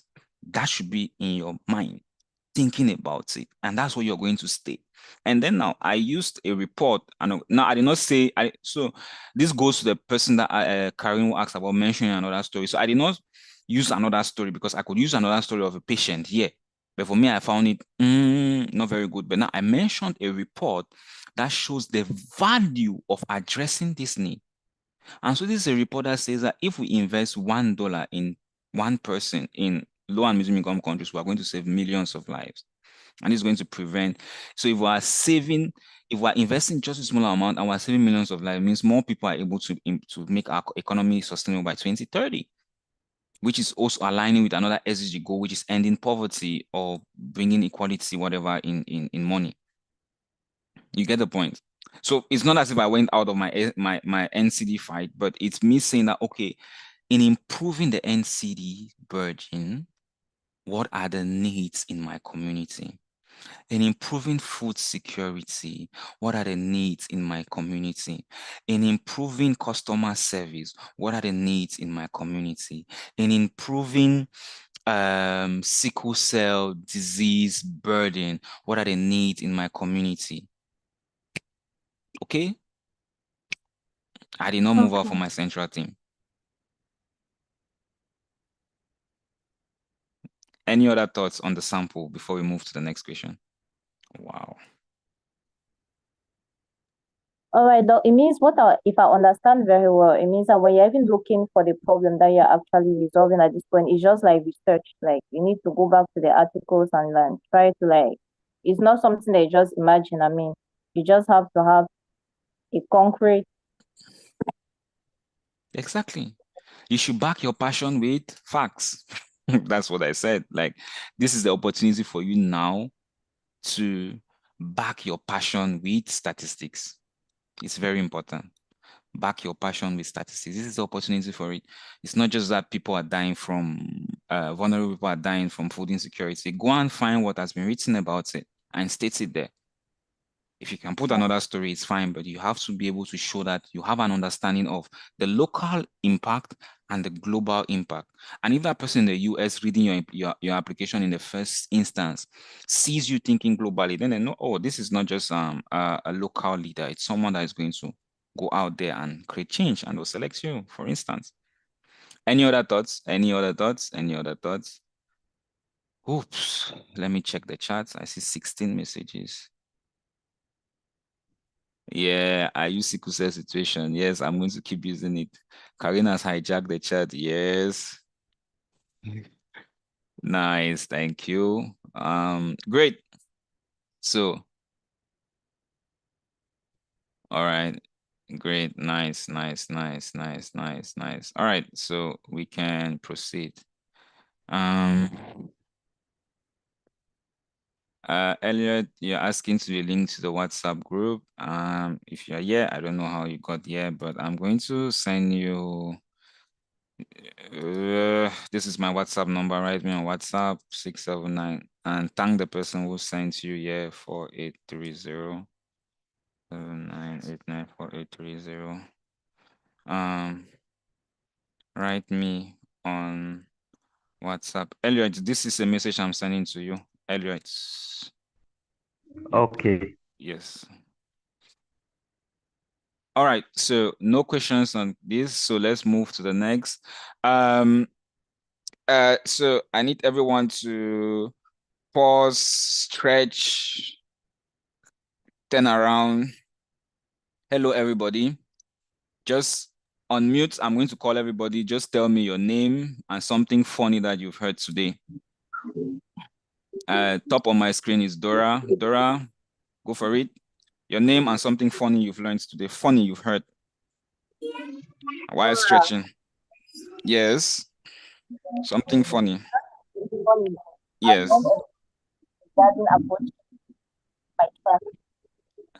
Dad? I didn't hear that. But yes, Peter, go for it. Peter is the next person on my screen. Stretch and something funny you've heard today. Yes, Doc. Are you getting me? Yes, 515. Okay, because I have some church around. All right. So, yeah, I didn't really get anything funny. I don't know. Make us laugh. Just make us laugh. That's your tax. Make us laugh. You have 30 seconds. Yeah. So let me just laugh. That's actually funny. All right. Nice. Mildred, you're next on my screen. Tell us something funny. In fact, make us laugh. Peter make us laugh. Like he's a genius. It's Mildred there. You see, this is how we know those who are sleeping in class. Sorry. Adolf, make us laugh, please. Adolf. See, Adolf is not turning off his mic. Wilson, you've been quiet. Make us laugh, please.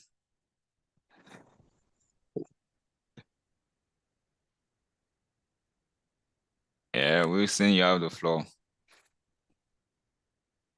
There's nothing funny for now. All right, that's fine. Okay, guys, let's make progress. I hope we've been able to catch our breaths. So we're going to go a little bit faster. So now question 2, who wants to read? Wilson, you can stay on the mic. You can read question 2 for me, please. Short essay 2.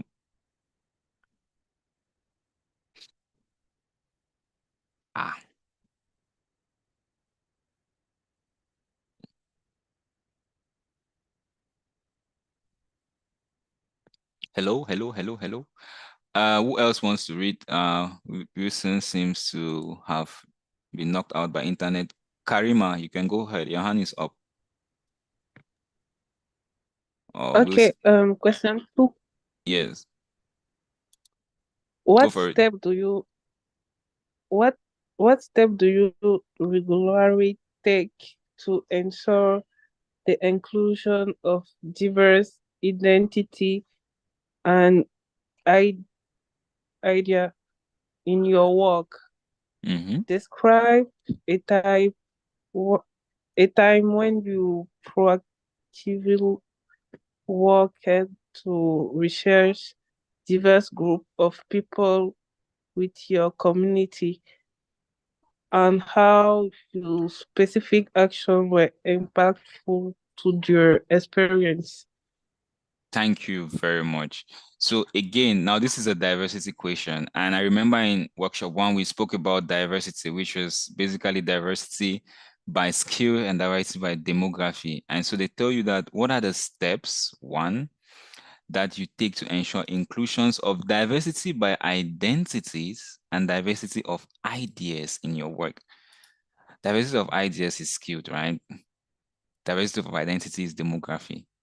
Then now you have to describe a time. You have to tell an example. So you start, you don't answer questions without example.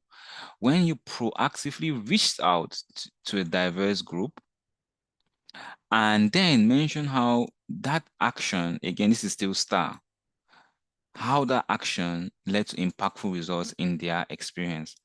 So 4 things here. How do you effect diversity of ideas, skills? So broadly state the kind of people you're working with. How do you effect the identities of demography? Find a way to tell how the kind of people you're working with by demography, male and female, gay, lesbian, all of that. Try to state that now. Show how you proactively reached out to a diverse group. Now, this is tricky, but we're going to see the example. Show how. So basically, it's you just describing what you're doing, okay? Basically describing what you're doing. And this is where I would say, describe your team and the people benefiting from your work. Basically, this is what this entire question is. Describe your team. Describe the people your work is impacting. That's it. That's basically what I think you should do. So if you describe your team and you show that your team has a broad demography and a broad skill range or idea range, they have already answered the question. If you describe now the community you're impacting, how you're reaching out to them and showing how these people are diverse by level of education, by level of gender, race, and everything, that's you showing how you're proactively reaching out to them. And then results. Put the data. Is it measurable? How is it being impactful in their experience? That's it. So that's how we approach this question. And I'm going to allow who is inspired to read. Okay, let me read. Go for it. Diversity is inherent in my team, comprising members from various ethnicities, professions, and genders, all united by a common goal. I wholeheartedly welcome individuals who share our passion, including patients with NCDs and international volunteers. We actively encourage constructive feedback from all team members and stakeholders to ensure the relevance of our activities. Pause. So you see that here, I was basically telling and stating how I'm going to approach the question to guide my audience. Are you understanding? That's what I was doing, basically, because it was a challenging question for me to approach. But now I basically try to show that I'm describing my team and the community with which I'm working with, right? Now, see now how I described what happened. Go for it. During the COVID-19 crisis, conflicts arose when promises to support our patients were unfulfilled. As a transformational leader, I chose a learning-oriented approach to conflict resolution by asking what happened that prevented you from fulfilling your promise. We engaged in open discussions that unveiled the root causes. This approach effectively diffused tension during evaluation meetings. Pause. Again, now, this is now diversity of ideas, right? So we had conflicts because people were not doing what they were doing, all right? So now I didn't choose diversity of demography because it was difficult for me, right? But now diversity of ideas, because everybody is an intellectual where I work, we always have this conflict. But again, I showed them that, okay, I'm reaching out to a diverse group by saying, why didn't you do what you said you do? Like, basically, that was it. Okay. So that's my approach. Now, next, finally. In my leadership philosophy, understanding the underlying reasons behind conflict is crucial for providing lasting solutions without judgment. Embracing diversity and inclusive leadership principles has strengthened my team and propelled us towards our common goals. Good. Any comments?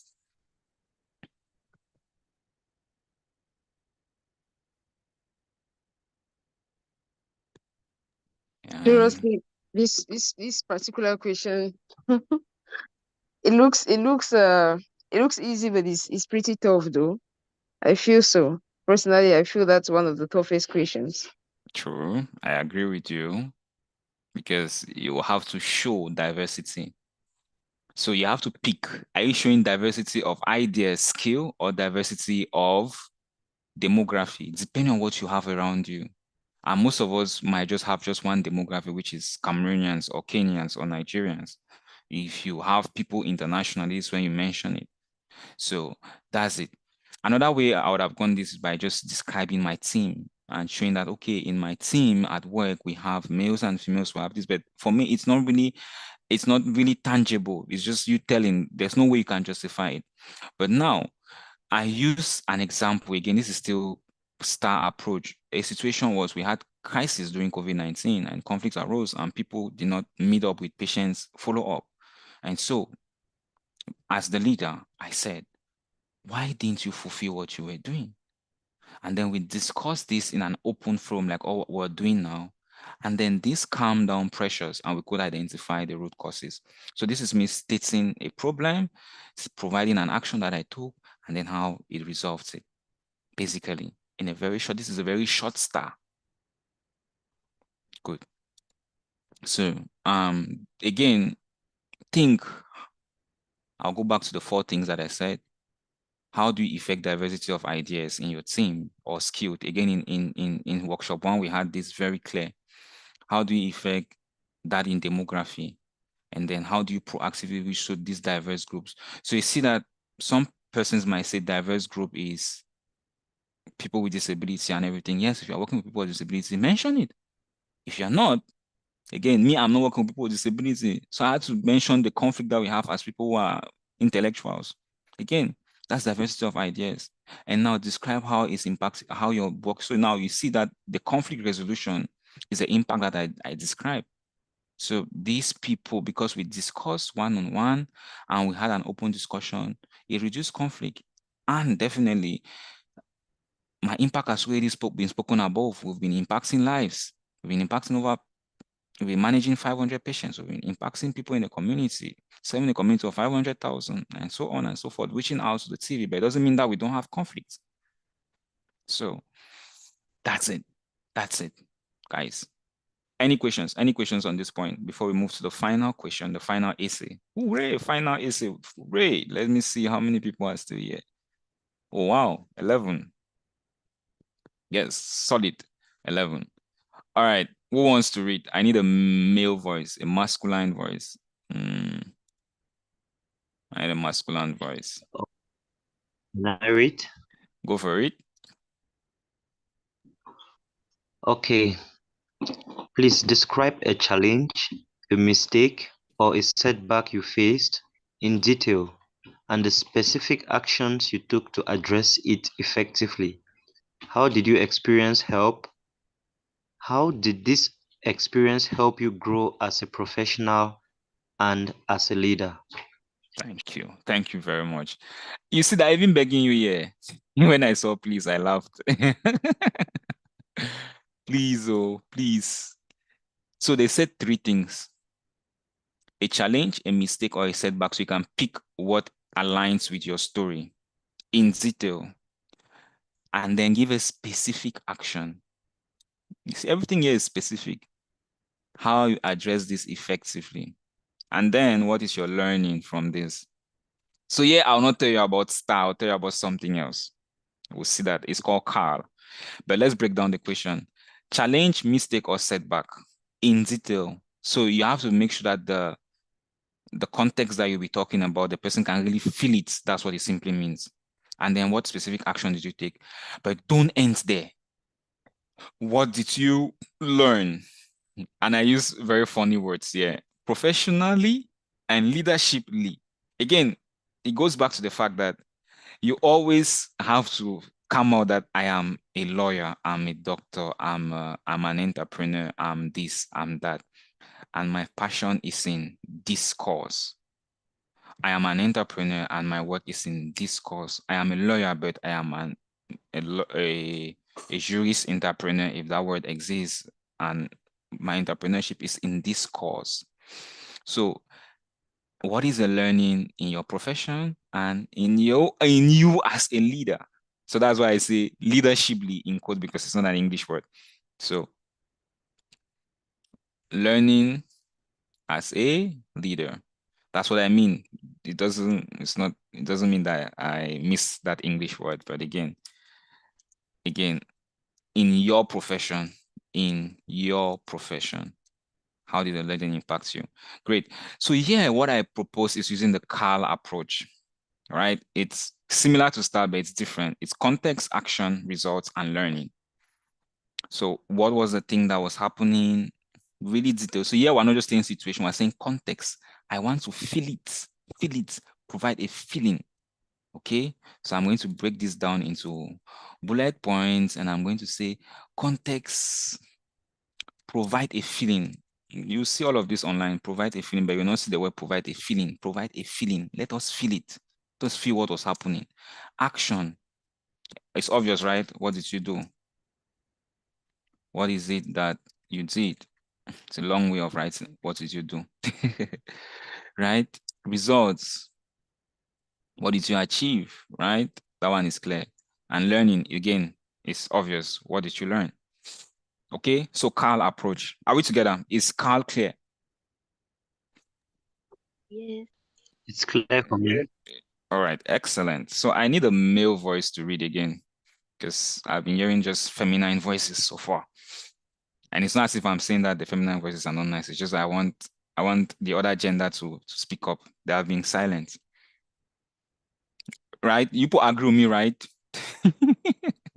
Would you agree? Yeah. Good. So which other male voice wants to read? Not Elliot this time, another person.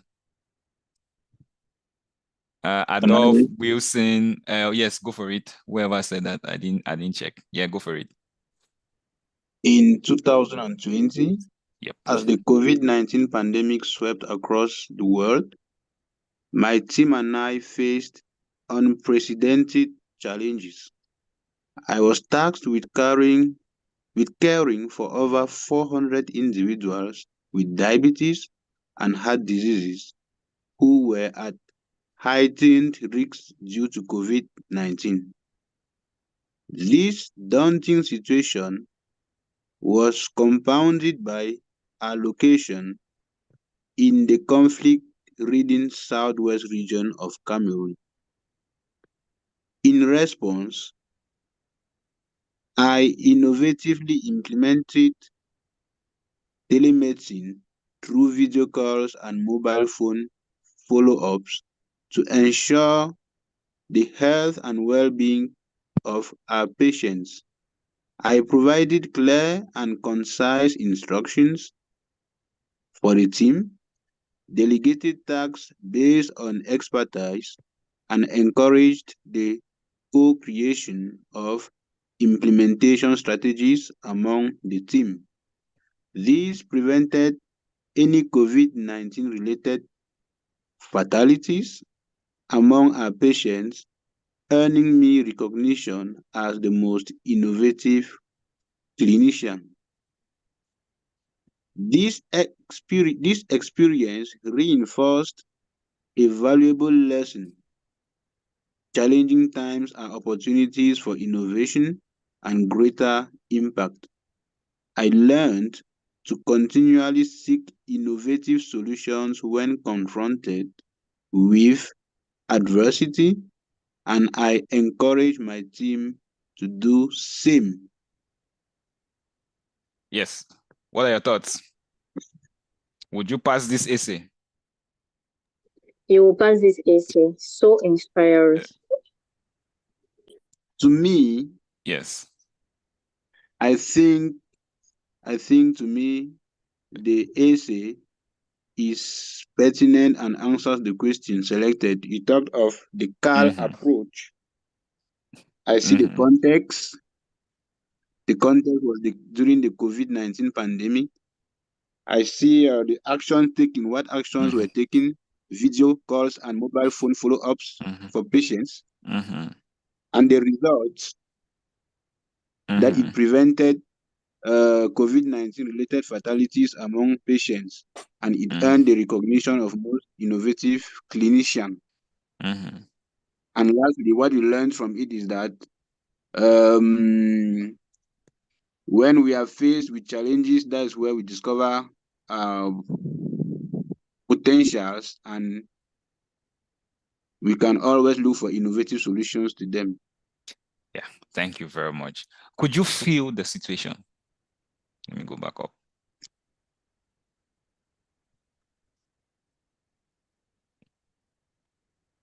Yeah, I mean, I think you can feel it. You can feel the burden of the work. You could feel the burden of the work, like 1:400. That's pretty heavy. So you could actually feel the burden of the work. Exactly. And another thing, conflict ridden Southwest region. Now, I haven't spoken about conflict anywhere in my essay, but I thought that this is where I'm going to expand on the situation. And I brought this in that, well, I'm working in the conflict ridden Southwest region so far, right? And imagine now there's conflict, there's COVID, and there's sick people. Three things. You get the point. You get. So this is why I say it's context and not situation. Situation would have just said, yes, I had to manage these people during COVID, that situation. The context, you want to take the person from the US reading this essay and bring the person to Cameroon. And then sit down. We have COVID, bro. We have patients who have chronic diseases and they need to see us on a daily basis or weekly basis or monthly basis. But again, we have war. We have conflict. And if the person never knew that there was a conflict in the Southwest region, he would just come and copy this essay like that, conflict within Southwest region of Cameroon, and put it on Google. And we can try it and you see what will appear. So again, this is now everything here is about writing. So that is how I wrote this particular essay, and I used the CAL approach, and that was it. And not just situation, because situation I've just stated, but again, like I said, the context provide a feeling. So think of how you can magnify that thing in it, and that's it. Any questions on this final question? Any questions on it? I think we're rounding up now. Just going to round up. Hello. Any questions? No, please, can it be like a personal challenge? Like, it's not like it must be like a team. Like exactly. That's what I'm saying. Yeah, that was my question as well. It's really around how you write it. I ended up saying it's how you write that matters. So please, can you use an example where it is a personal challenge and then it's a personal challenge. So I'm going to say it and you people tell me if you are going to pass me or not. Okay? Because yeah. All right. Personal challenge.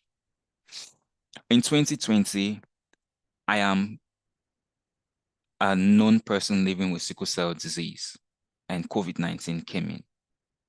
And results from the news and the media said that people living with sickle cell disease were at high risks of more crisis and even contacting COVID-19. During this time, I needed to have my blood meds and also a blood transfusion because my doctor has told me that my blood levels were low and I needed to do the transfusion, but the hospitals weren't safe and I was faced with this challenge. So during the quarantine period, I adapted my lifestyle to more healthy diets that are rich in iron and protein to boost up my immune system. And throughout this period, I didn't have a crisis. I stayed hydrated and communicated with my doctor virtually. At the end of the COVID-19 crisis, during the lockdown period, I could share my story and learn that challenging times calls for adaptation, and I adapted my care. Instead of the blood transfusion, I moved into using food and healthy living. And today, I am championing healthy diet for people living with sickle cell disease. Will you pass me? Oh, sure. Very fast. Well, please ask, can I use like an example? Go for it. All right. Okay, considering the case like last year, like I was supposed to work on a research project which is being called, it's a multicentric project and the coordinator had to come. So I was selected to carry on the project in the Kentini Hospital.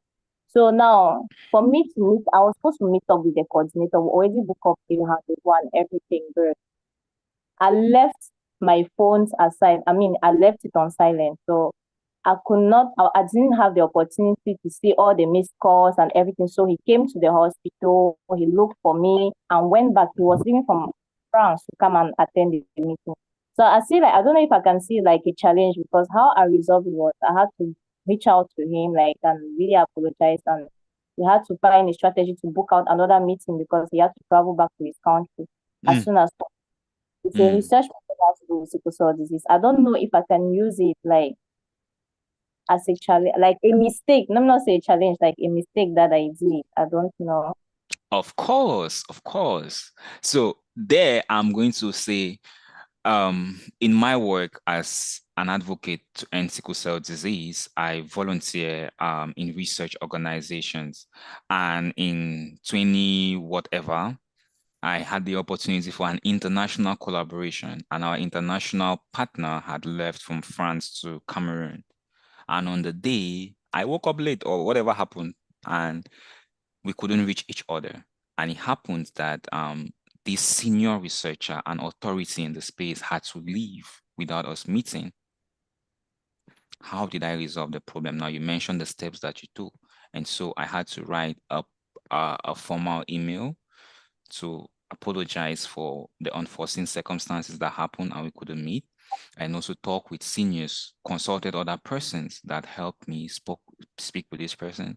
And in the end, we agreed on a virtual meetup that resolved this conflict. But importantly, in the fight of sickle cell disease, we were able to enact this research project, which I supported by doing 1, 2, 3, and we had this finding. My learning from this point is that when mistakes happen, we have to be honest and humble to accept them and be able to walk up to the people we've offended or the authority we've not met up with to explain it and be able to propose strategies to mitigate the harm or the impact of this mistake. Thank you. Thank you, Doc. Again, it's how you write your story. And that's why after these workshops, now I'm going to be reading each of your stories and proposing that if I was you, this is how I would say it. Not that you should copy me. I'm just going to be proposing, like what I've said now. It might make sense for you, might not make sense for you. So it might not make sense for anybody. So that's basically what I'm saying. Any other thoughts on this last question? We are coming to the end. For me, it's not just on the last question, but it's been a general worry. I'd raised that question, but I feel I want to raise it again to really get a more satisfactory answer. Wow. Okay. Okay. Go for it. Okay. I want to use this case that is very, very peculiar to me so that I get an answer that will be satisfactory enough. Okay. I say I have about 6 years experience in the tackling food insecurity, but from different perspectives. The first 4 years, I focus more on tackling food insecurity among vulnerable populations. But the first 4 years was focused on empowering internally displaced persons as a vulnerable group. Now, this first 4 years of tackling food insecurity had its own impact and it came to an end. But we noticed that another maybe area that is kind of abandoned and needs also to be looked into to continuously tackle food insecurity amongst the vulnerable population is to prevent household food loss. And that is what I'm currently working on. Now, at the end of the day, we have the same central team, which is tackling food insecurity, but from different aspects. Like the first aspect is about empowering a vulnerable group of people. But the second aspect is about advocating and also campaigning against household food loss, which is also another aspect of fighting food insecurity among the vulnerable population. Now, can I use those two stories in different questions? Because at the end of the day, it highlights the same central theme, which is tackling food insecurity. Can I use them? Because I could use the aspect of empowering internally displaced persons and give its impact and how it helps to address food insecurity. I could come back to talk about how I'm presently working on reducing food loss in households in Cameroon, which is also another aspect that is helping to improve food security. So is it possible to merge those two since they have the same central theme? Yes, it's possible. It's all around how you write it. So write it and let's review it, right? Okay. I'm not going to say it's not possible, but write it, and the objective would be to make it very appealing to the audience. Okay. And whatever I say, if you're not satisfied, have another eye look at it and then compare both feedbacks and see what to take. Okay. Again, like I said, be a student and not a follower. Please, I'm just coaching you. I did not say that I'm your pastor to give you gospel truth. No. All of these things are suggestions and points and tips to make your application better. And as a student, you're going to pick 1, 2, 3 that works for you and put it down to you. And this goes to not just the sessions that this is the last workshop I'm hosting. Not just what I'm going to say, but whatever you learn from all the other alumni that are doing every other thing and everything you find on YouTube and on media and everything. It's your story, it's your writing. Pick what works for you, okay? So yes, you can put both stories, but write it out and let's see how it looks. Because I will have to see chronology from essay 1 to 5. And if you look at the essays that I showed you people, the essays I shared, my essays, you can see that there has been chronology. There has been points where I'm expanding on my impact, I'm expanding on my goals, I'm expanding on my passion, and basically that's how you do it. And you see, at times you write them and then you go back and say, oh, I'll take this from essay 1 and bring to essay 2 and bring this from essay 2 and bring that to essay 1. So you readjust it. It's really, that's why, again, deadline for submitting your essays is maximum 27 because I want to do 1 review and a second quick review when you send your feedback from what has been corrected. And that's what I'll do for all 15 of you now. I don't know how I'm going to get time for that, but I'm going to make sure I do that before the deadline. So do your own piece of work. It's really important. Thank you. Somebody's hand is raised. Thank you. Yeah, somebody else's hand is raised. Peter, go for it. Yeah. Yes, Doc. Just to comment that it was an enriching, workshop. Thank you. Yeah, I gathered one thing that particularly struck me is the aspect of personalizing your essay. Like for example, I'm also working on NCDs, but I'm working on the approach that people should have more access or increase access to maybe things they can do fitness at home. And without having to wait to develop the disease before time. So I think all is about personalizing a story and making it cogent. It should develop and it should flow. So but the skills to some learn new skills here because the Carl and the word star. Yeah. Star. Yeah. Yep. Thank you. You're welcome. Thank you very much. Michaela, your hand is raised. Yes, thank you, Doc. Thank you so much again. I just wanted to try my own like we're saying, if you can do a personal story on the what setback did you have? So I just wanted to have your opinion and all of that. So for me, it was more of the things where I'm a pharmacist and I've been working in the pharma industry. I've devoted my course to NCD and malaria, among as well being empowering the young girls. So what I wanted to use as a setback was that I've been very passionate and very devoted to my jobs, to the cause among the year, impact lives and everything. And then I had a great setback is that I went on maternity leave, and when I came back, they said company restructuration, which means okay, bye-bye everyone. So I don't know if I could use that because it really continue making me who I am today. It really touched me and affected me because it was unprecedented. I never knew. I knew that I'll come back and I'll go back to what we were doing and continue.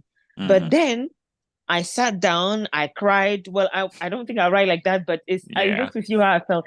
I sat down, I cried, and I said, how will I continue carrying the vision that I have in my life and all of that? So I felt, okay, no problem. What about thinking of having a consulting firm so that I can carry that? Because a lot of people were always coming to me as advice. So I said, okay, maybe now I can have a consulting firm for pharma, global health, and continue that fight.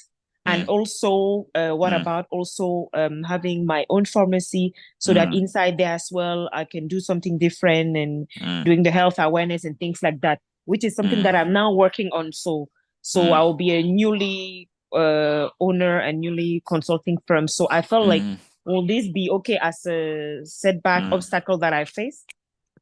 Yes, I don't see why not. Yes. Okay, okay. Yeah, and I'm happy to review your story. Please put that personal aspect in it. It's very important. So let me give you.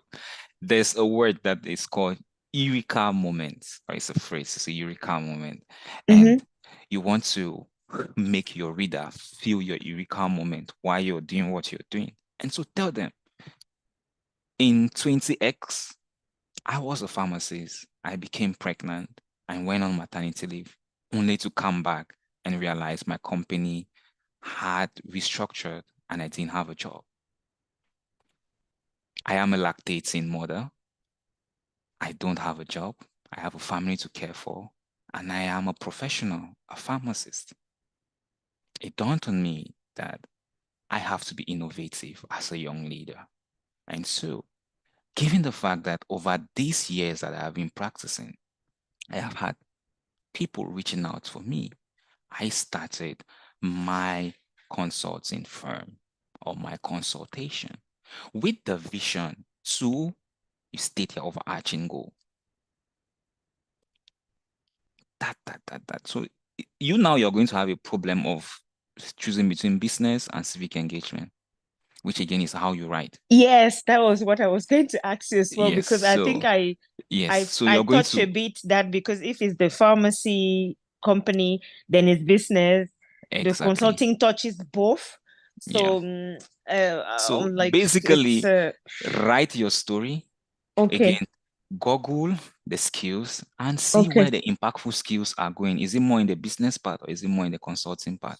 And then again, we're going to have tailored feedback when we look at your essay. We're going to give you thoughts. But hey, that is a very impactful story. I'll put it in essay 1. 1 in the way I said it. Imagine, thank you, doctor. Imagine a lactating mother, unemployed, who is a professional. Forget it. Gender activists will come for you. Everybody will come for you. We'll fight your fight. Yeah. You get the point. So should women who are lactating not have jobs, or should women not go on maternity leave? See, we can turn your if I have your story, there's no way they're not selecting me for this. I'm just saying that this is a good story to use. And in any other fellowship you want to go, if you put your story right. And now it's an advice for everybody. There are many leadership things, not just MWF. There are many of them that will be coming up. And these learnings we're having are things that you can use. Again, it's about writing your story, telling your story in a way that is captivating. So hey, put the emotions there. You said you cried, but you don't have to mention that you cried, but tell the reader, imagine a lactating mother who loses his job because they went on maternity leave. That is the story of a young lady in Cameroon. Okay. See that? That's another way to open your ears. Forget it. The person will be reading. What is this woman trying to say? Hey, yeah. So, yeah. Okay. Now, thank you, doctor. You've made me see another perspective. Thank you. Exactly. So you're welcome. Happy that is valuable. So I'm just going to highlight PDA. PDA comes after the fellowship. If you're selected for the fellowship, you're going to spend one more month in the US doing an internship in a particular organization of your choice. And they have 2 questions that they add in the application form. If you think it's something that you want to do, fine and good. Take permissions from your bosses that you're going out for 2 months. If it's your private business you're running, be prepared to go and learn for 2 months and lose everything they are going to lose, but know that you're going to catch up with the new knowledge you're going to get and the partnerships you're going to build. So that's basically it. And the first question is 150. It says, provide a brief description of your current work, both professionally and in your community. Again, you see everything again is community. Now they say community if applicable. So if you are not doing something community-based, stick to your profession, your long-term goals and aspirations. If you're selected for PTA, this will be used to brand. So this is why in your entry form when you're coming to this mentorship coaching, I said in not more than 500 characters, tell me about yourself. This is what you want to sell. It's a strong personal brand. I am hello. So this is another place where you can introduce yourself. I am Dr. Sintieh. You don't need to say your name here. I am a medical doctor and a digital health expert trained from the University of Oxford with 5 years of experience in research and digital innovations, as well as clinical practice in resource-limited settings in Africa.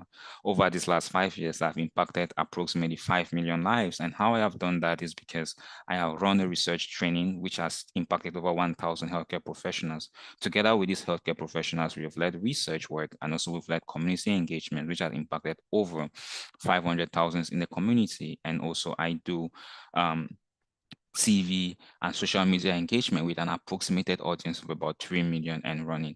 My main vision is to end the fight of non-communicable diseases by 30% come 2030 in line with the UN SG 3.4. I hope to join your organizations to learn skills on how digitalization of healthcare can improve the fight of non-communicable diseases, period. Right? That's a kind of a story. That's a strong one. That's my strong personal brand that I'll write here for that particular thing. And then specific skills. So again, what are the skills and knowledge you want to gain? Be very specific. So I am coming to your organization because I want to learn on how to build implementation science frameworks for transformation of healthcare. I am coming to your organization because I want to learn on strategies to improve food security. I am coming to your organization because as a pharmacist, I want to understand how to build a consulting firm in a resource-limited setting where we have limited access to internet and mobility issues or communication issues. I am coming to your firm because I am a sickle cell advocate and I am trying to improve on lifestyle for people living with sickle cell.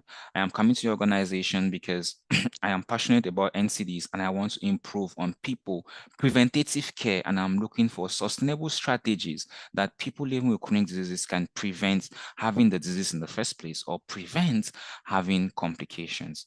So these are all examples that have come up during the session. And so this is, if you want to do PD, these are things you put in. And then operational skills. So what I need to do in a day-to-day basis.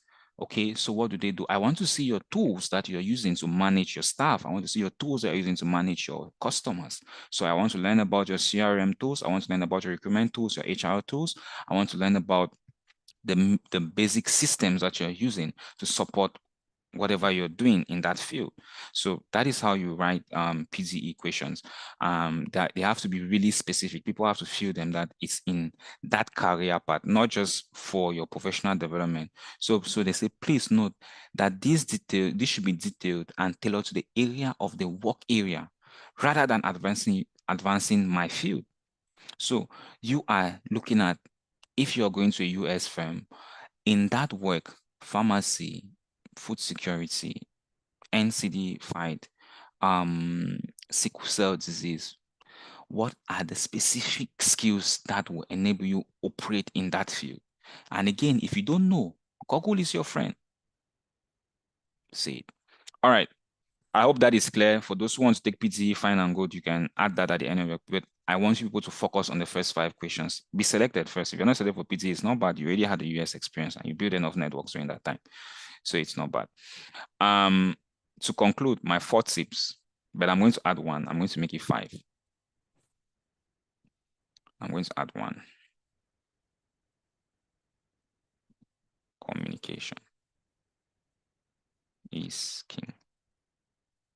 By writing. So learn to write compelling essays. Yeah. So to conclude, I want somebody to read these 5 things I've written.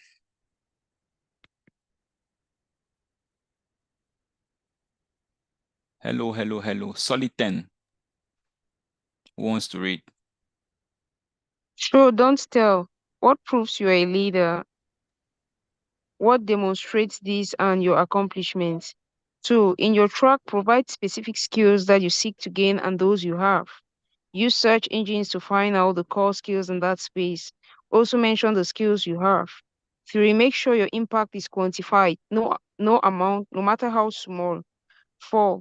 Make sure your story impact adds up. Don't be everywhere and nowhere. Have your one thing the reader will remember you for.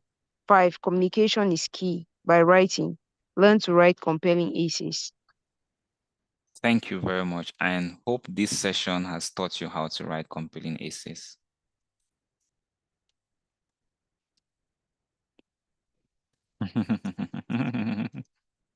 It's just that it's still very challenging, but we'll try. I will try.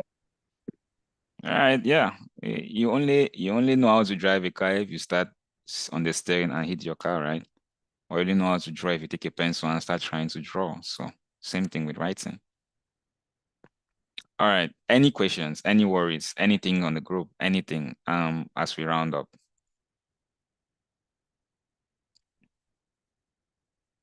So show, don't tell. That's all I would say. Everything you're writing, is this person feeling me, right? And I'll add another tip. Am I right? Ask yourself, am I writing what they want to read? That's what I said in the beginning. Oh, let me go and copy it and paste it down here. Am I writing what they want to read? This document has become 18 pages. Wow. Wow. Okay, but I'm going to split it into 2 documents. Workshop 1 and workshop 2. So will not be bogus. And we good. Any questions, any worries, any particular thing? Any particular worries? All right.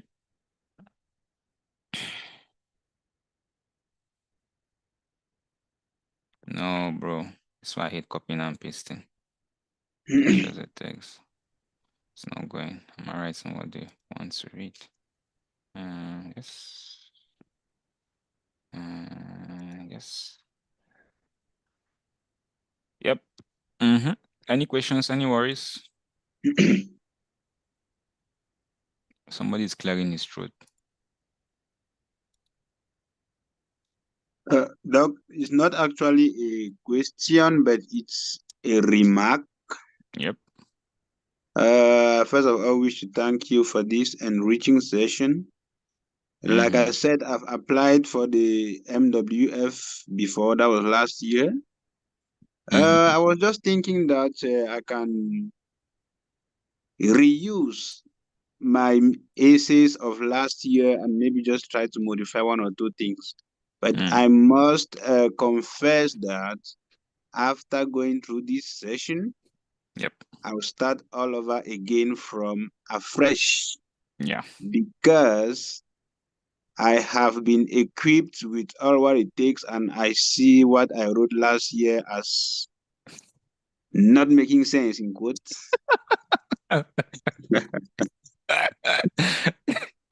right.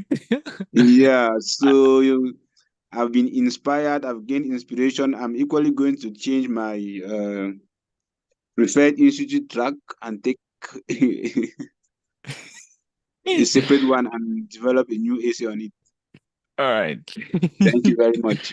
Thank you for the vote of confidence, and happy to help you. I'm looking forward to reading your revamped essays. All right, I'm leaving this tip so that we have it on the screen. Any other comments as we round up? Doc, I just wanted to relate to what he just mentioned. Honestly speaking, when I look at my applications of last year and then I was not selected, so when I go through this training, I understand that it's very obvious and normal that you can.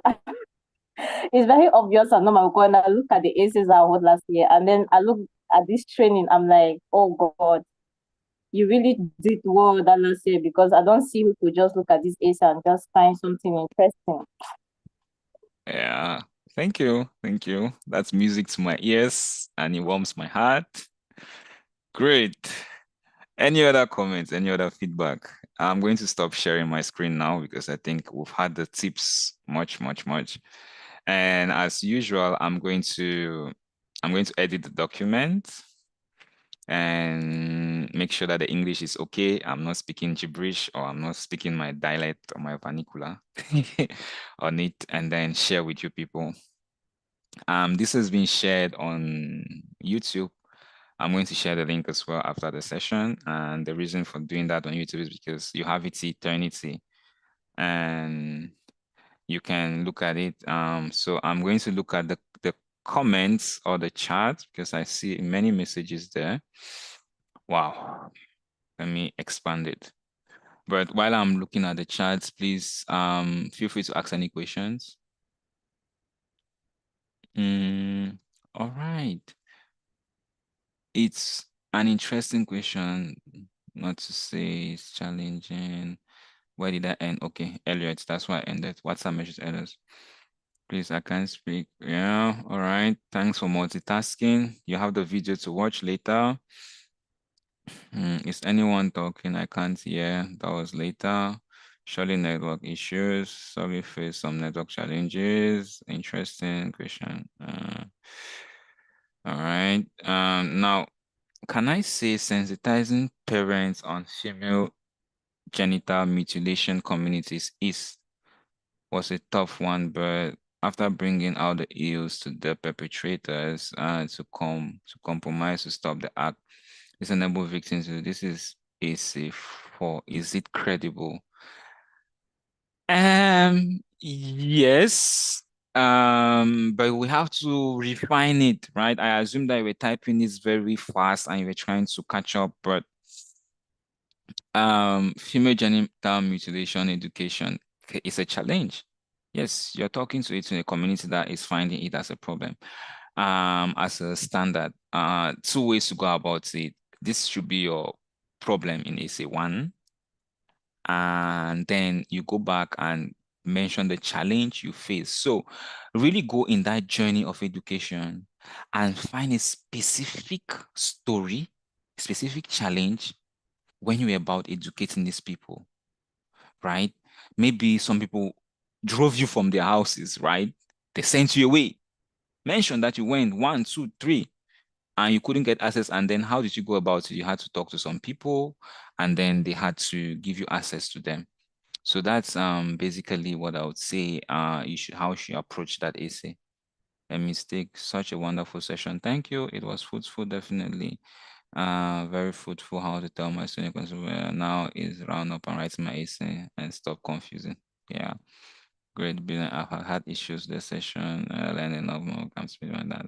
Please check the comment. Yeah, I've checked. Thank you very much, Doc. See you, my essay. Bye for now. Blah, blah, blah. Bye, bye, bye, bye, bye. Thank you all for joining. Thank you, thank you, thank you, thank you. All right, ladies and gentlemen, thank you for everything. And yeah. Anyone with any specific questions, we can take that now.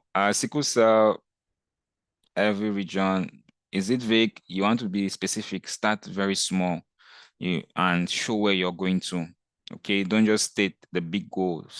You can state the big goal at the beginning, but start very small and then show where you're going to. That's it. All right, leaders, thank you very much. This was supposed to be a 1-hour session, but it is run over by 90 minutes. And yeah, courage to everyone that stayed till the end. Yeah, and see you very, very, very soon. All the best, and it is good night from my end. All right, thank you. Bye. Bye, everyone. Have a good weekend. Good night, Doc. Bye-bye.